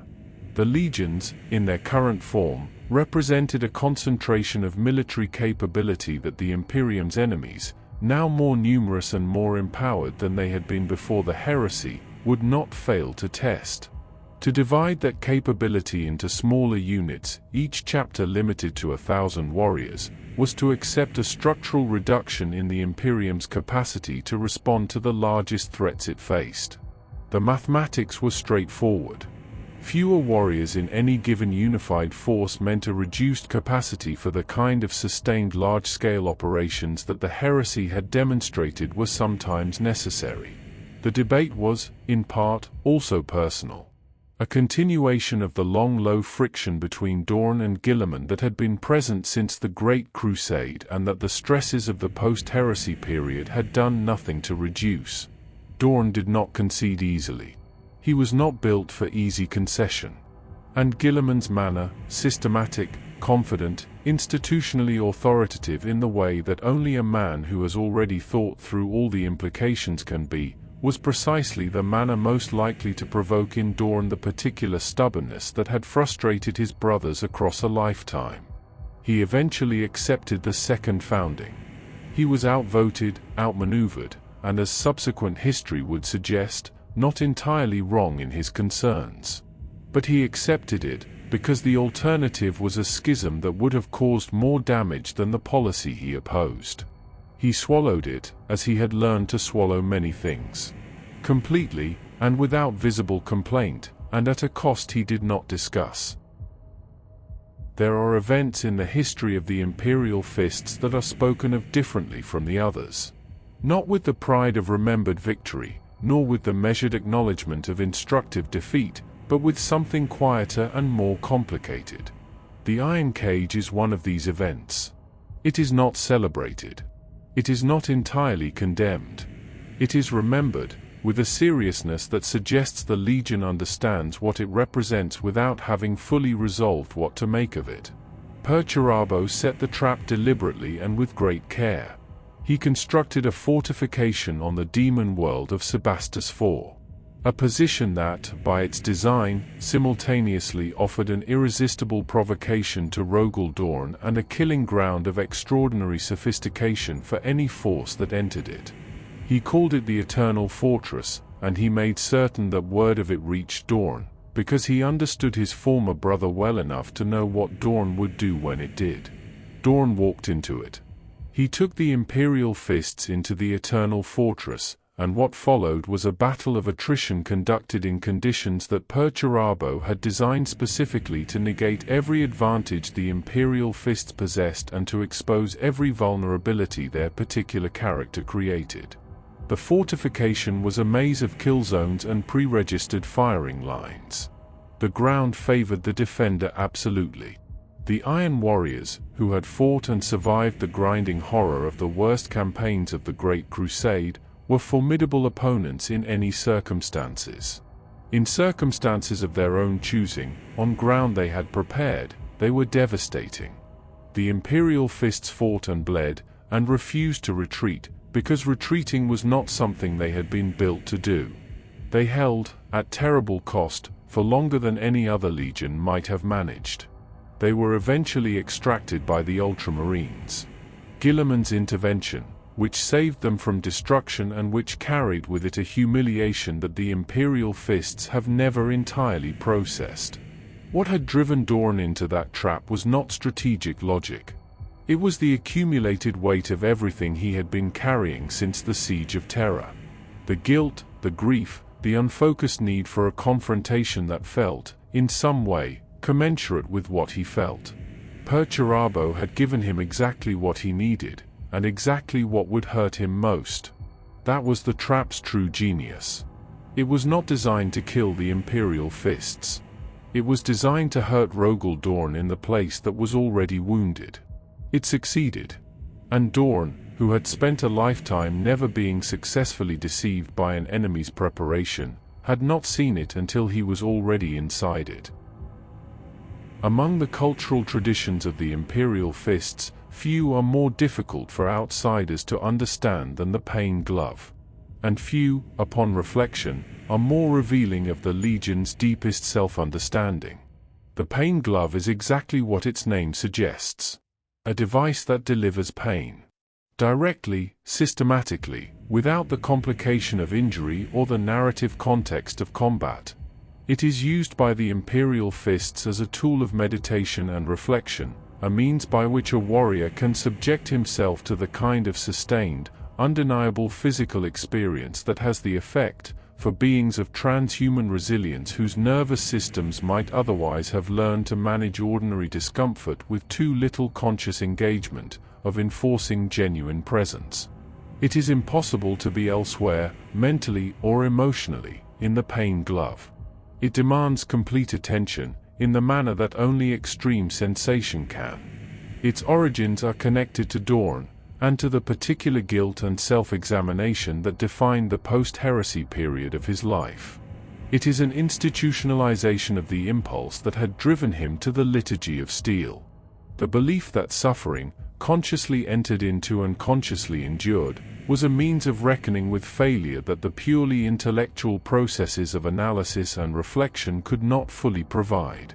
You could think about what had gone wrong until thought exhausted itself. The Pain Glove required you to feel it. There is something important to understand about this tradition, because it is easy to misread it. It is not self-punishment in the penitential sense, not the flagellant's mortification, not the expression of a theology of guilt that requires suffering as its currency. It is closer to the discipline of a craftsman who submits his work to the harshest possible critical assessment, not because he enjoys the discomfort of that assessment, but because he understands that growth requires contact with what is genuinely difficult. And yet the symbolism is undeniable. A legion that institutionalizes the voluntary endurance of pain is a legion shaped by a Primarch who understood, from the deepest place in himself, that there are things which must be felt rather than managed. Things that endurance alone cannot address. Things that require the honest confrontation of what hurts, rather than the composure that contains it. Dorn built that into his sons because it was already built into him. He simply never found, in his own lifetime, a form of it that was adequate to what he carried. To understand Rogal Dorn's reaction to the Codex Astartes, it is necessary to first understand what Guilliman's great text represented to a man of Dorn's particular sensibility. What it meant, not merely as a strategic proposal, but as a statement about the nature of competence and the source of authority. The Codex Astartes was, at its heart, a systematization. It was the attempt to take the accumulated wisdom of the Great Crusade and the hard lessons of the heresy, about how space marines should be organized, deployed, supplied, and commanded, and render them into transferable doctrine. It was an extraordinary intellectual achievement. It was thorough, it was rigorously reasoned, and it addressed, with the characteristic comprehensiveness that Guilliman brought to every project he undertook, a genuine problem.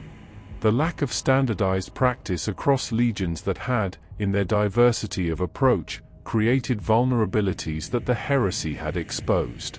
Dorn read it and objected to it at the level of principle. He did not object to its content in every particular.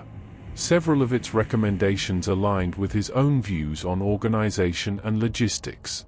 He did not object because he was incapable of recognizing the validity of Guilliman's thinking. He was far too intelligent for that, and his respect for Guilliman's capabilities, complicated as it was by the tensions between them, was genuine. He objected because the Codex, in its very nature as a codified text, implied something he could not accept. That the exercise of military judgment could be adequately captured in a document, and that adherence to that document was preferable to the judgment of an experienced commander operating in full contact with the specific conditions of a specific situation. Dorn trusted his own mind. He had always trusted his own mind. He had earned that trust, across decades of campaigns, in the most demanding circumstances the galaxy had produced. The suggestion, implicit in the Codex, never fully stated but impossible to miss, that such judgment required the discipline of formalization was not, to Dorn, a reasonable administrative proposal.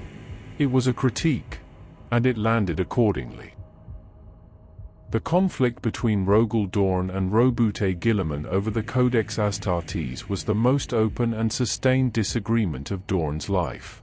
The moment at which the long-low friction that had characterized their relationship throughout the Great Crusade was given a specific and unavoidable focus, and at which neither man's temperament was particularly well suited to finding an easy resolution. Guilliman argued from evidence and from architecture. The heresy had demonstrated what could happen when a single commander, Horus, held authority over a force of sufficient size to threaten the Imperium's existence. The concentration of military power in the hands of individuals, however gifted, was a structural vulnerability that the Codex was designed to address. By limiting each chapter to 1,000 warriors, the new system ensured that no single act of treachery, however catastrophic in local terms, could again threaten the Imperium as a whole. The system was resilient by design. Its redundancy was its greatest strength. Dorn heard this argument and did not dispute its internal logic. He disputed its premises. The problem of the heresy, in his understanding, was not that individual commanders held too much power. It was that those commanders had been corrupted, by chaos, by pride, by failures of loyalty that the Codex's organizational reforms would not have prevented and could not prevent in future. Dividing the legions did not address the source of the heresy's damage. It addressed its scale, at the cost of the Imperium's capacity to respond to threats that required the kind of concentrated force that the old legion structure had provided. The disagreement was also personal in ways that both men were too disciplined to state directly. They were too similar in some respects and too different in others, and the post-heresy period, with its grief and its exhaustion, and its profound uncertainty about what the Imperium was supposed to become, stripped away the professional courtesy that had previously maintained the distance between those similarities and differences at a manageable level. They argued, at length, and with the particular intractability of two extraordinarily intelligent and profoundly stubborn men who had, each of them, very good reasons for the positions they held. The resolution, when it came, was not the resolution of persuasion. Dorn was not persuaded.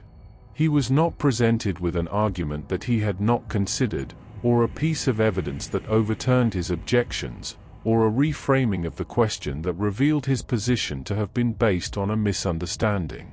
He understood the argument for the Codex as well as its proponents did, and he continued to believe that it was wrong in the ways he had always believed it was wrong.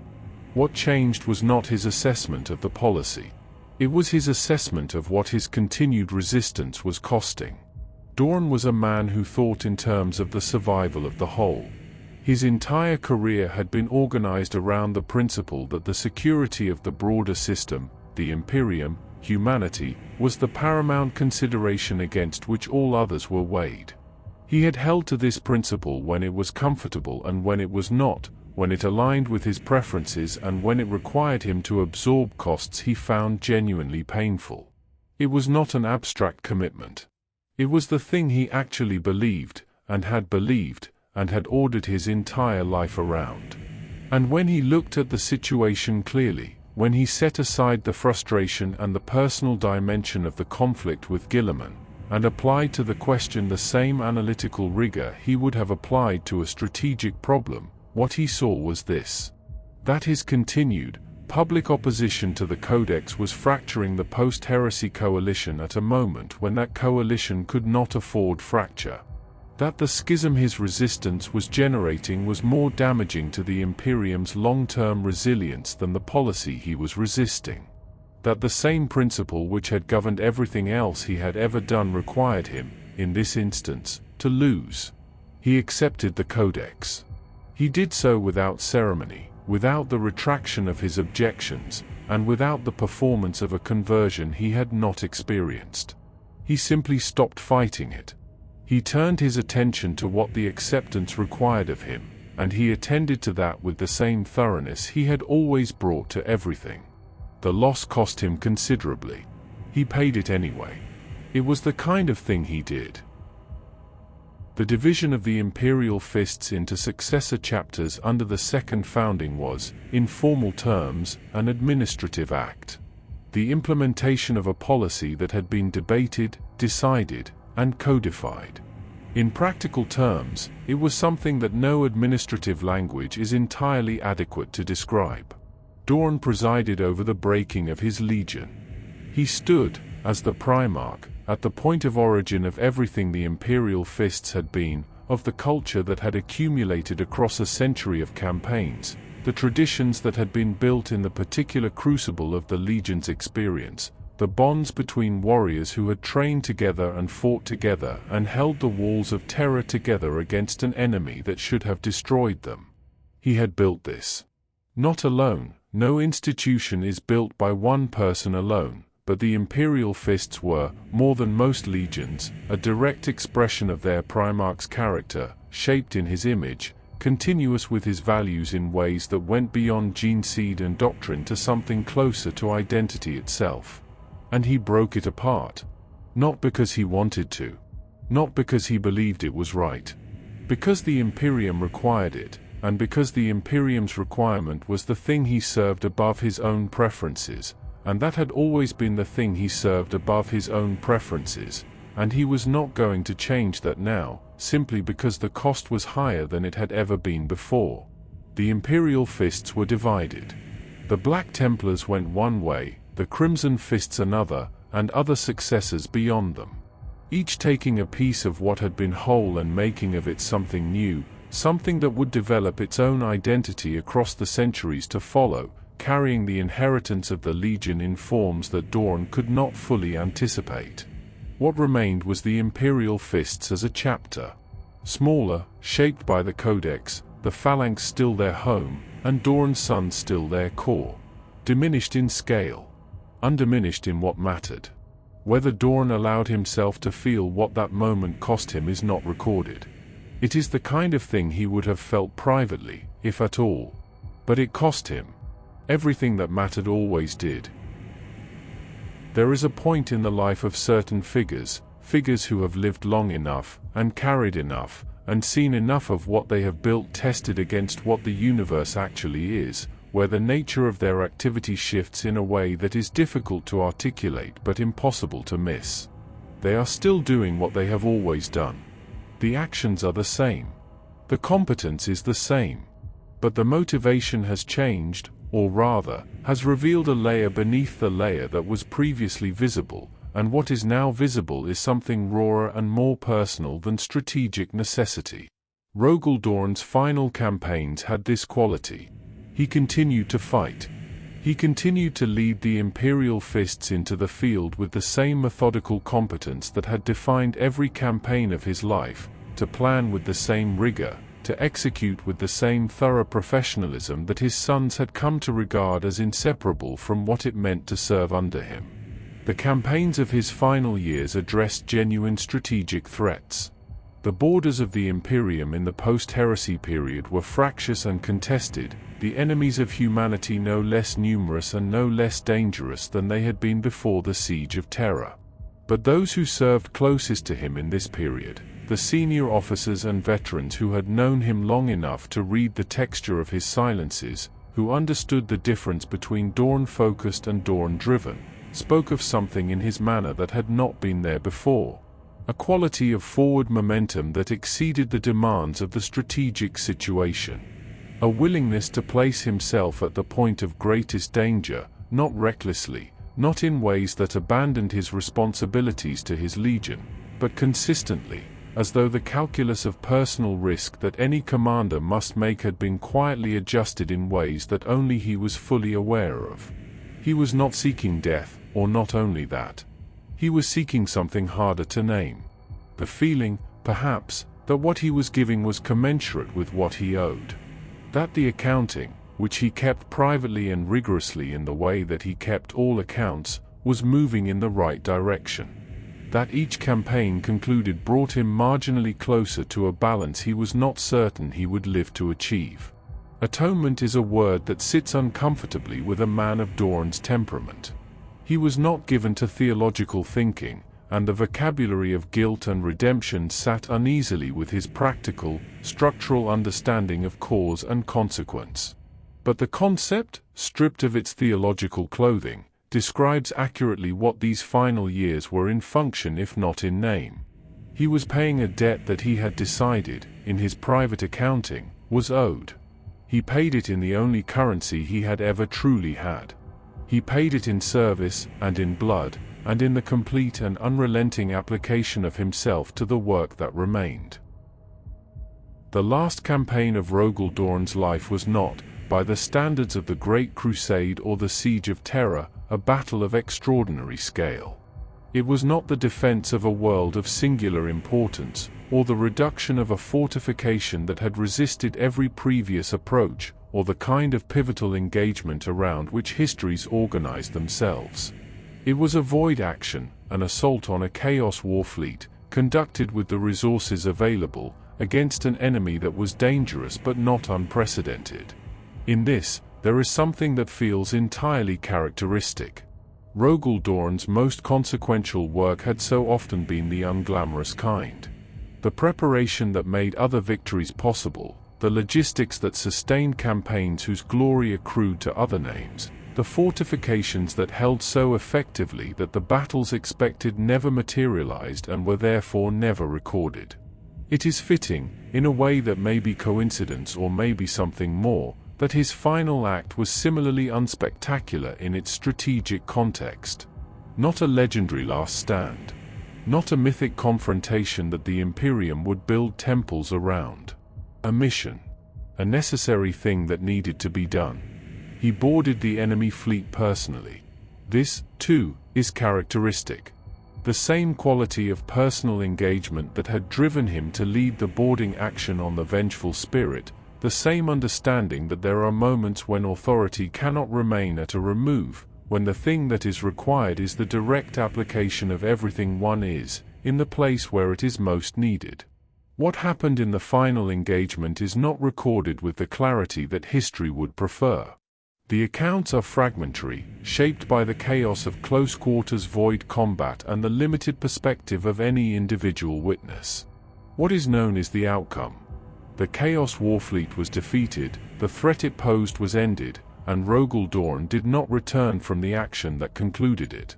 He went forward, as he had always gone forward. And this time, he did not come back. History has attributed to Rogal Dorn, in his final moments, a single sentence. "I am slain." There is an entire school of thought that questions whether these words were genuinely spoken, that places them in the category of the posthumous attribution, the phrase that history requires its great figures to have said, shaped after the fact to carry the symbolic weight that the moment demands. This skepticism is reasonable. The conditions in which Dorn died were not conditions well suited to the accurate preservation of final words. But the phrase has endured, and it has endured because it is so entirely consistent with the man, that its authenticity becomes almost secondary to its truth. I am slain. Not a declaration, not a speech, not a final address to his sons or a meditation on the nature of duty, or a summation of what he had given his life to. A statement of fact, delivered with the same plain, unornamented directness that had characterized every communication of Rogal Dorn's life. A report, as though he were informing command that a position had been lost, and command needed to know. There is something in this that is almost unbearably him. He had always spoken plainly. He had always refused the ornamentation of sentiment, the performance of profundity, the theatrical register that some of his brothers had inhabited so naturally. When he had something to say, he said it. When there was nothing useful to add, he was silent. His final words, if they were his, observed the same principle. The situation has changed. Here is the relevant information. Do with it what you must. And then silence. The silence of a man who had nothing further to report, because the work was finally finished, and the accounting, at last, was complete. What returned from the final engagement was not a body. It was a hand. The circumstances of its recovery are not entirely clear. The accounts that have survived describe the aftermath of the void action in terms that are, in some places, contradictory, and the chain of custody between the moment of recovery and the moment the relic reached the Imperial fists is imperfectly documented. What is certain is that no more of Rogal Dorn was ever found. No remains, no confirmed account of how he fell, no witness death that could be recorded with the specificity that would have given the Imperial fists, and the Imperium, the closure that such a loss demands. The hand was interred aboard the phalanx. It became, in time, one of the most sacred relics in the possession of the Imperial fists and their successors. An object of veneration that serves simultaneously as proof of Dorn's death and as the most concrete argument for his continued absence rather than his confirmed end. A hand is not a man. A hand is not the complete evidence that a body would have been. It is enough to mourn over, and not enough to mourn completely. And that ambiguity has been threaded through the Legion's relationship to their Primarch's memory ever since. The Imperial fists hold vigil over it. They treat it with a reverence that exceeds the ordinary reverence for a relic, because what it represents is not simply a fallen hero but an unresolved question. The kind of question that institutions built around loyalty and continuity find both necessary to ask, and impossible to fully answer. Is he gone? Yes. Is he gone entirely, in the way that a confirmed death and a witnessed end would mean gone entirely? The hand does not say. It sits in its reliquary aboard the phalanx, carried through the void as the phalanx has always been carried, present and insufficient in equal measure. The last physical remnant of a man who gave everything he had, and left his sons with a legacy they have spent 10,000 years attempting to prove themselves worthy of. The wall builder left behind one hand, and the memory of everything the hand had made. For the Imperial fists, that has always been enough. It has also, always, been not quite enough. That tension, between sufficiency and insufficiency, between the legacy that sustains and the loss that cannot be fully acknowledged, is perhaps the most fitting memorial of all for a man who spent his entire life holding the line between what was, and what the darkness would make of it. He held it as long as he could. The hand remains. The wall stands. The Imperium of Man is not an institution that tolerates ambiguity comfortably. It is built, at its deepest level, upon certainties. Upon the absolute authority of the Emperor, upon the inviolable hierarchy of its institutions, upon the clarity of its enemies and the righteousness of its cause. Ambiguity is the condition it fights against, in every domain from theology to military doctrine. It is the thing that faith exists to resolve, that hierarchy exists to prevent, that the entire vast machinery of imperial governance is designed, however imperfectly, to eliminate.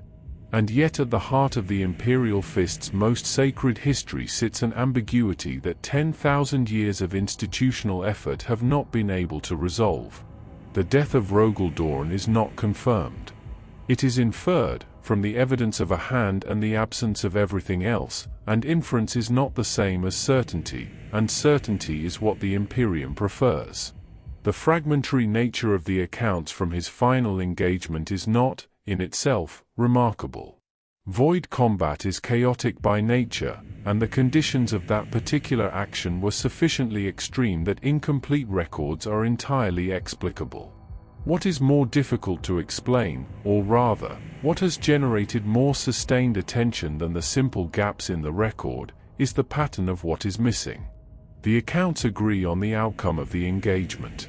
They agree that Dorn was present, and that the Chaos Warfleet was destroyed, and that he did not return. They do not agree, in any detail that withstands close examination, on the precise sequence of events that produced that outcome. This is not evidence of survival. It would be an error to present it as such. Battles are not always witnessed cleanly, and the deaths of great figures are not always accorded the legibility that their greatness seems to demand. Men die in confused and undocumented ways all the time, and the absence of a clear account is more commonly the product of circumstance than of conspiracy. But it is not nothing either. And in the absence of certainty, the mind, particularly the mind of those who have invested something of themselves in the figure whose fate is uncertain, moves inevitably toward the questions that the evidence does not close. What, precisely, happened? Where, precisely, did he go? And is gone the same as ended, for a being of his nature and his history? The accounts do not say. They have never said. And they show no signs of saying now. In the 10 millennia since the void action that claimed Rogal Dorn, or that is recorded as having claimed him, with the qualification that the record is imperfect, a tradition of speculation has accumulated around his fate that is, by now, as much a part of his legacy as any documented fact. Some of this speculation is theological in character. The Imperial Creed, which has evolved enormously across 10,000 years and which contains within it a vast range of regional and doctrinal variation, has produced in certain of its strains a set of beliefs about the Primarchs that resist the finality of death. The Emperor's sons were beings of such extraordinary nature, the argument goes, that the ordinary relationship between life and ending may not apply to them in the way it applies to ordinary human beings. Several Primarchs are known to have returned from circumstances that should have destroyed them. Several others are believed, in various traditions, to persist in forms that the available evidence does not confirm but also does not entirely rule out. Dorn's case is particularly generative for this kind of thinking, because the absence of a confirmed death leaves the space for it entirely open. Unlike Primarchs whose fates are documented, however grimly, his story ends not with a witnessed conclusion but with a question. And questions invite answers, particularly in a culture as invested in the significance of its great figures as the Imperium inevitably is. There are those who believe he entered the warp, not in the manner of a corrupted being lost to chaos, but deliberately, pursuing an enemy or a purpose that required passage through the immaterium, and that he persists there in some form, unchanged, waiting for the conditions that would make return possible or necessary. There are those who believe he is not dead but dormant, that the hand is not all that remains of him, merely all that was found, and that elsewhere, in some place the Imperium has not yet looked, the rest of him endures. There are even those, in the quieter traditions of Imperial Fist's devotion, who believe that he never left at all, that what the phalanx carries in its reliquary is not the relic of an absent Primarch but the anchor of a present one, that Dorn's relationship to his legion and his vessel has not ended but transformed into something that does not require a body to sustain it. None of this can be confirmed. All of it can be understood. Human beings have always built meaning around the figures they cannot bear to lose entirely, and the forms that meaning takes reveal more about the builders than about the subject. That the Imperial Fists continue to generate these stories, across 10,000 years of institutional memory, tells you something important about what Rogal Dorn meant to them, and about the particular quality of an absence that has never quite settled into acceptance.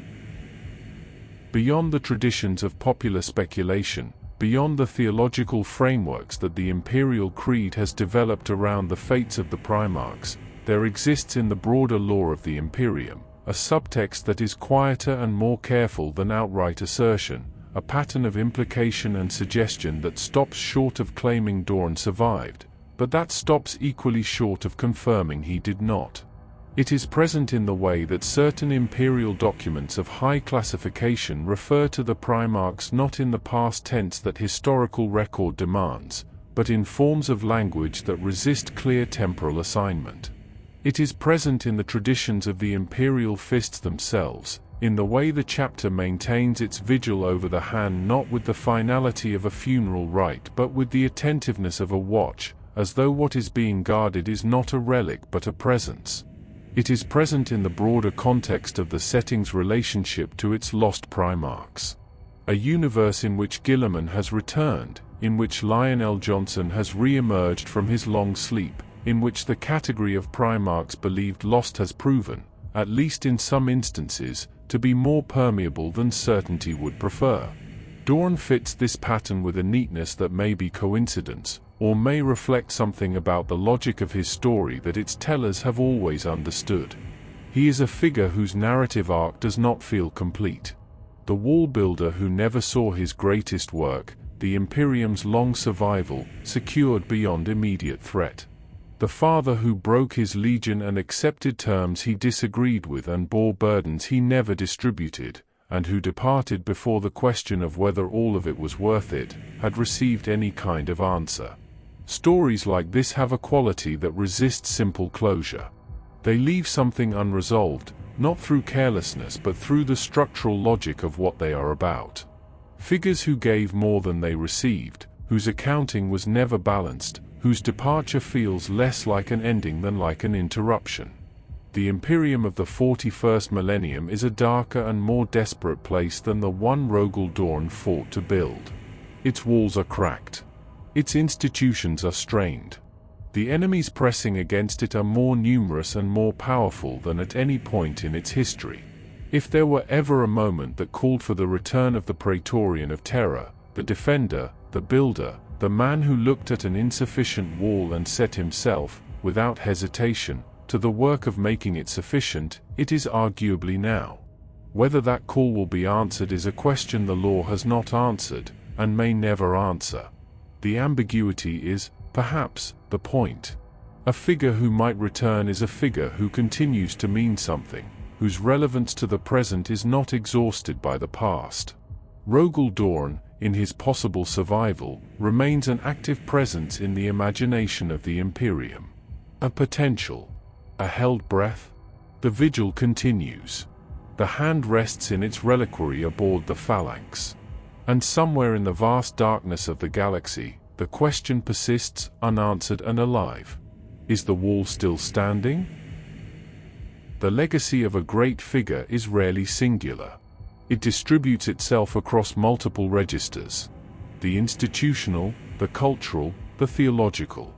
And in each register it takes a somewhat different form, shaped by the needs and the understanding of those who carry it forward. Rogal Dorn's legacy is no exception to this, but it has, across 10,000 years of imperial history, developed a dimension that goes beyond the ordinary categories of military and political inheritance. He has become, in the metaphysical imagination of the Imperium, something that the man himself would have found both unnecessary and faintly embarrassing. A symbol of resistance to the fundamental nature of chaos itself. This requires some unpacking. Chaos, in the theology and the reality of the 41st millennium, is not simply a military enemy. It is not a faction that can be defeated in the conventional sense, reduced, contained, ultimately eliminated through sufficient application of force. It is the expression of the most destructive tendencies of conscious beings given form and agency in the immaterium. the personification of entropy, of the dissolution of order into formlessness, of the impulse toward annihilation that exists at the darkest edge of every mind. It cannot be killed because it is not, in the ordinary sense, alive. It can only be resisted endlessly by the maintenance of precisely the qualities it seeks to destroy: order, discipline, structure, the refusal to yield to despair, the insistence that the wall, however cracked, however tested, continues to stand. These are Dorn's qualities. They were always his qualities, present in him before the Imperium had a theology that framed them in these terms, before the nature of chaos was understood with the clarity, or the horror, that the centuries of conflict have produced. He was, in a sense, anti-chaos before the concept had been fully articulated. His entire character was the negation of what chaos represents. Not through divine appointment, not through the possession of any metaphysical power that acted directly against the immaterium, but through the simple, absolute consistency of who he was. A wall does not resist entropy because it has been blessed. It resists entropy because it was built correctly and maintained, and because those responsible for it have not yet let it fall. In the 41st millennium, where the forces of chaos press against the Imperium from every direction and the temptation to despair has never been more rational, the memory of the man who built walls and held them is not a comforting abstraction. It is a working principle. It is the answer to the question that chaos poses every day to every loyal soul in the Imperium. Why continue? Why hold? Why build, in a universe that destroys? Because Dorn did. And the wall is still standing. The Phalanx was many things across the long span of Rogal Dorn's life. It was a weapon, the most powerful mobile weapons platform in the Imperium's arsenal, capable of threatening fleets and breaking sieges from orbit. It was a home, the foundation of the Imperial Fist's identity in the absence of a homeworld, the place that carried their culture and their history through the void. It was a statement, the gift Dorn made to the Emperor upon swearing fealty, and the gift returned, the expression in metal and void shield of a loyalty that required no further words. In the aftermath of his disappearance, it became something else as well. Something that sits alongside all of these prior identities without replacing them, adding to the vessel's already considerable symbolic weight, a dimension that the Imperial Fists carry with a seriousness that is evident to any observer. The Phalanx is, in some meaningful sense, a tomb. Not in the architectural sense, it is not a monument to the dead, not a place of preserved inactivity, not a structure whose primary function has become commemorative. It remains an active vessel, a fighting ship, the home and the flagship of a chapter that continues to prosecute its responsibilities with the full capability that its heritage demands. The Phalanx fights. The Phalanx moves. The Phalanx continues to be exactly what it was built and claimed and used to be. But it carries within it the reliquary that holds the hand, and the temples that were built in Dorn's manner, and the accumulated weight of a history that is inseparable from the man who first claimed the vessel as his own. It moves through the void as an active institution and a living memorial simultaneously. The home of those who endure, and the monument to the one who showed them how. There is something fitting about this that goes beyond sentiment. Dorn chose the void over fixed ground. He chose a fortress that could move, over one that was rooted. The Phalanx's tomb extends this choice into its ultimate expression. The memorial that refuses to stay in one place, that carries the memory of its subject through the galaxy rather than anchoring it to any single point. It is a tomb that fights. A monument that moves. He would have approved of that, one thinks. He always preferred things that served a function. Relics, in the theology of the Imperium, are not decorative objects. They are not simply reminders of the figures they commemorate, or repositories of sentiment, or the physical dimension of a grief that needs somewhere to be placed. They are understood, within the Imperial Creed's complex and layered theology of the divine, as objects of genuine power. As concentrations of the spiritual weight of the figures they are connected to, capable of conveying something of that weight to those who venerate them, of bridging the distance between the present and the heroic past in a manner that is not merely metaphorical. The hand of Rogal Dorn is venerated in this tradition, and its status as a relic is, in formal terms, beyond dispute. It is the physical remnant of a Primarch, a being whose connection to the Emperor's divine nature is, within imperial theology, direct and certain. Its power as an object of veneration derives from that connection, and from the specific significance of what Dorn was and what he represented.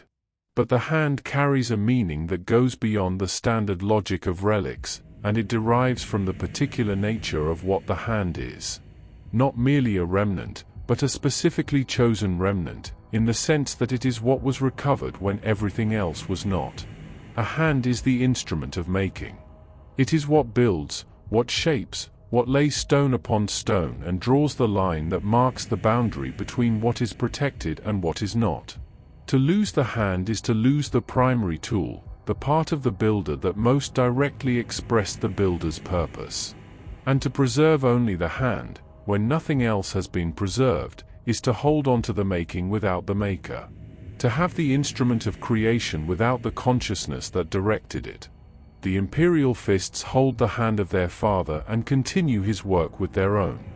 There is a theology implicit in this arrangement that the chapter has never fully articulated, but that its devotional practice enacts every day. The hand cannot build any more, so they build for it.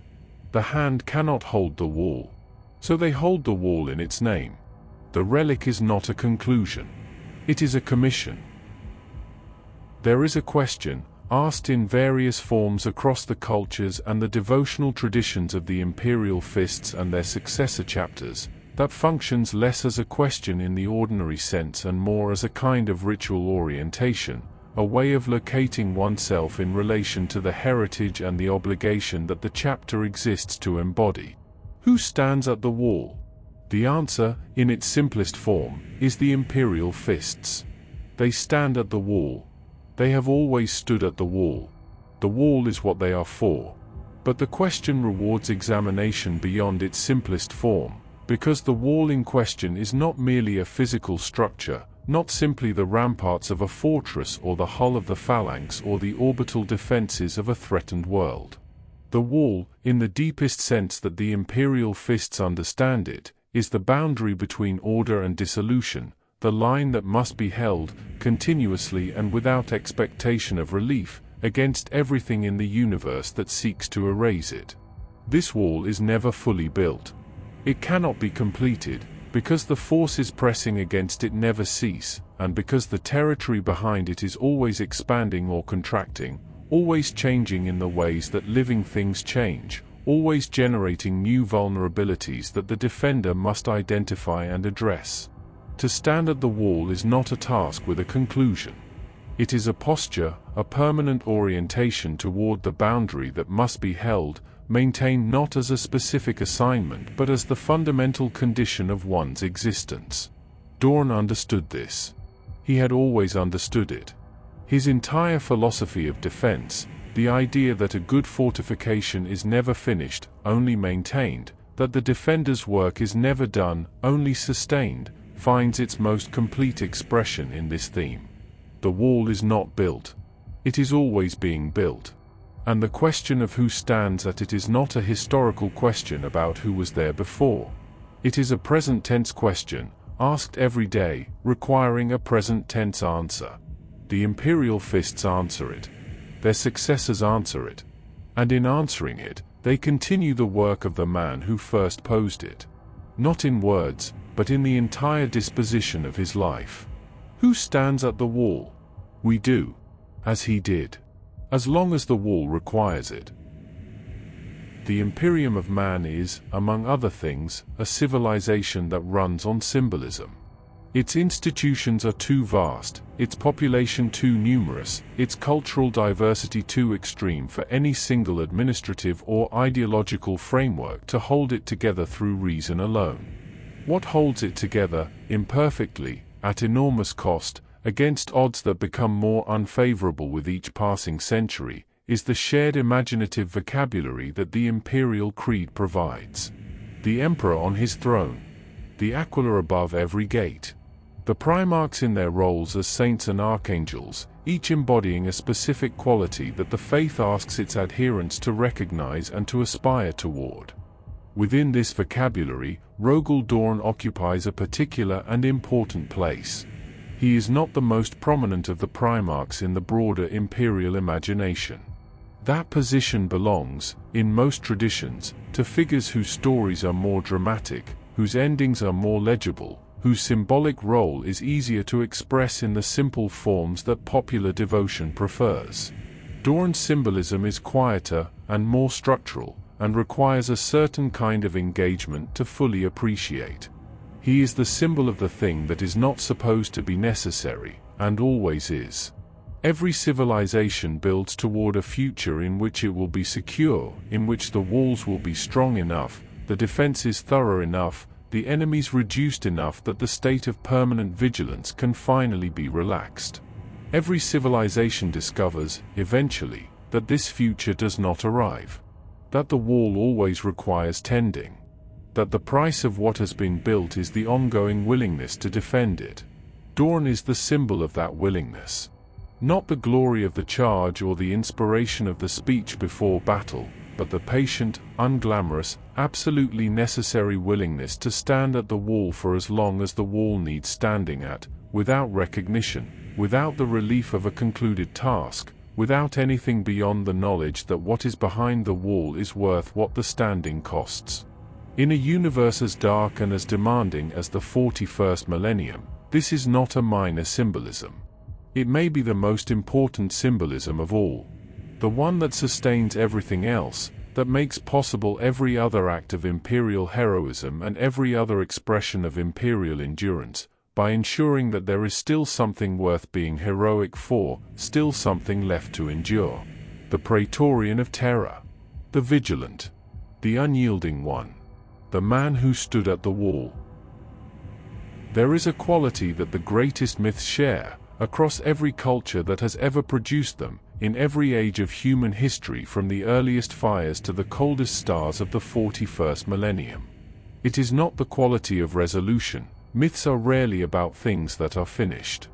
It is not the quality of certainty. Myths are almost never about things that are fully understood.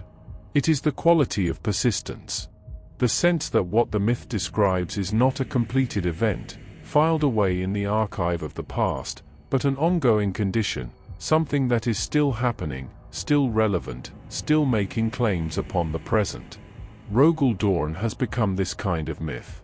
He began as a child on a world of ice, with nothing but what was already inside him. He became a lord, and then a Primarch, and then the Praetorian of Terra, the defender of the Imperium's heart, the builder of its greatest walls, the commander who held the line when the line was all that stood between the Emperor and oblivion. He carried grief and guilt, and the weight of things he could not prevent, and he carried them in the way he carried everything, forward, and without complaint, and without ever setting them down. And then he went out, as he had always gone out, toward the place where he was needed. And he did not come back in any form that the Imperium could entirely confirm or entirely deny. This is not an ending. It was never an ending. The endings of great defenders are not endings in the way that other endings are, because the thing they defended continues to need defending, continues to face the forces that the defender spent a lifetime resisting. The wall does not stop requiring a defender simply because the first and greatest defender is no longer visibly present at it. What changes, perhaps, is the nature of the presence. Dorn, who built in stone and steel, and the trained bodies of transhuman warriors, who expressed himself through structure and order, and the patient laying of one thing upon another. Dorn has become, across 10,000 years, something less tangible and more durable than any of those materials. He has become the idea that the wall can be held. The proof, carried forward in the memory of those who came after him, that the darkness can be made to stop at a line, if the line is built correctly and maintained without faltering, by those who understand what the maintenance costs, and have decided that the cost is worth paying. This is the eternal defender. Not a being frozen in amber, preserved in some unchanging heroic posture, disconnected from the living present by the distance of legend. But a principle, active in the world, embodied in every imperial fist who stands at a wall, in every fortress built according to the doctrine he developed, in every commander who holds a position past the point where retreat would have been understandable, because they have internalized, however distantly, the example of a man who held everything past that point, and held it, and held it, and held it still. He is gone, or he is somewhere the Imperium cannot see. It amounts, in practical terms, to the same thing. The wall does not wait for him to return before it stands. It stands because he taught it to. We began, at the outset of this account, with titles. The Vigilant, the Unyielding One, the Praetorian of Terra. We began with the idea that each name tells you something true about the man who bore it, a facet of a figure who was, in every sense that mattered, immovable. We end in the same place. Not because the story has come full circle in the neat symmetrical way that stories sometimes do, but because Rogal Dorn's story does not permit the kind of ending that moves away from its beginning. It returns. It must return. Because the thing he stood for at the start, the defense of something worth defending, the maintenance of order against the dissolution that the universe endlessly proposes, is not a theme that concludes. It is a theme that continues, every day, in every corner of a galaxy that has still not decided whether humanity deserves to survive in it. The Imperium of Man, in the 41st millennium, is not a success story by most reasonable measures. It is fractured and corrupt, burdened by the weight of its own history, beset by enemies on every front, governed by institutions that have calcified into forms that their founders would not always recognize. Its people suffer. Its worlds burn. The darkness it was built to resist presses against every wall, every hour, without ceasing. And yet it stands. This is not a small thing. In a universe of this character, against forces of this nature, the bare fact of continued existence is itself an achievement, one that has been paid for across 10,000 years at a cost so enormous that the full accounting of it exceeds the capacity of any single mind to hold. Worlds paid for it. Legions paid for it. The men and women who stood at walls that should not have held, and held them anyway, paid for it in the only currency that such things ever cost. Somewhere in that accounting, somewhere in the vast unwritten ledger of everything that was given so that humanity might continue, is the name of a man who gave everything he had, and then gave more, and who understood from the beginning that the work would outlast the worker, and was at peace with that, or as close to peace as a man of his particular burdens ever came. He did not build the Imperium so that it would be safe. He built it so that it would stand. Those are not the same thing, and he knew they were not, and he built it anyway, with the materials available, to the highest standard he could achieve, against the deadline that would not be moved. It stands. Imperfectly, at great cost, with all its cracks visible and all its walls in need of maintenance that they do not always receive. But it stands. Rogal Dorn built that. Rogal Dorn held that. Rogal Dorn, in the suns he shaped and the walls he raised, and the example he left behind him like a blueprint for every defender who came after, continues to hold it. The vigil is not over. The wall is not finished. The darkness has not stopped. And somewhere, in the reliquary aboard the phalanx, in the doctrine of 10,000 successor chapters, in the quiet and unglamorous act of every loyal soul who stands between what must be protected and what would destroy it, the Praetorian of Terra is still at his post. The wall stands. It has always stood. It will stand.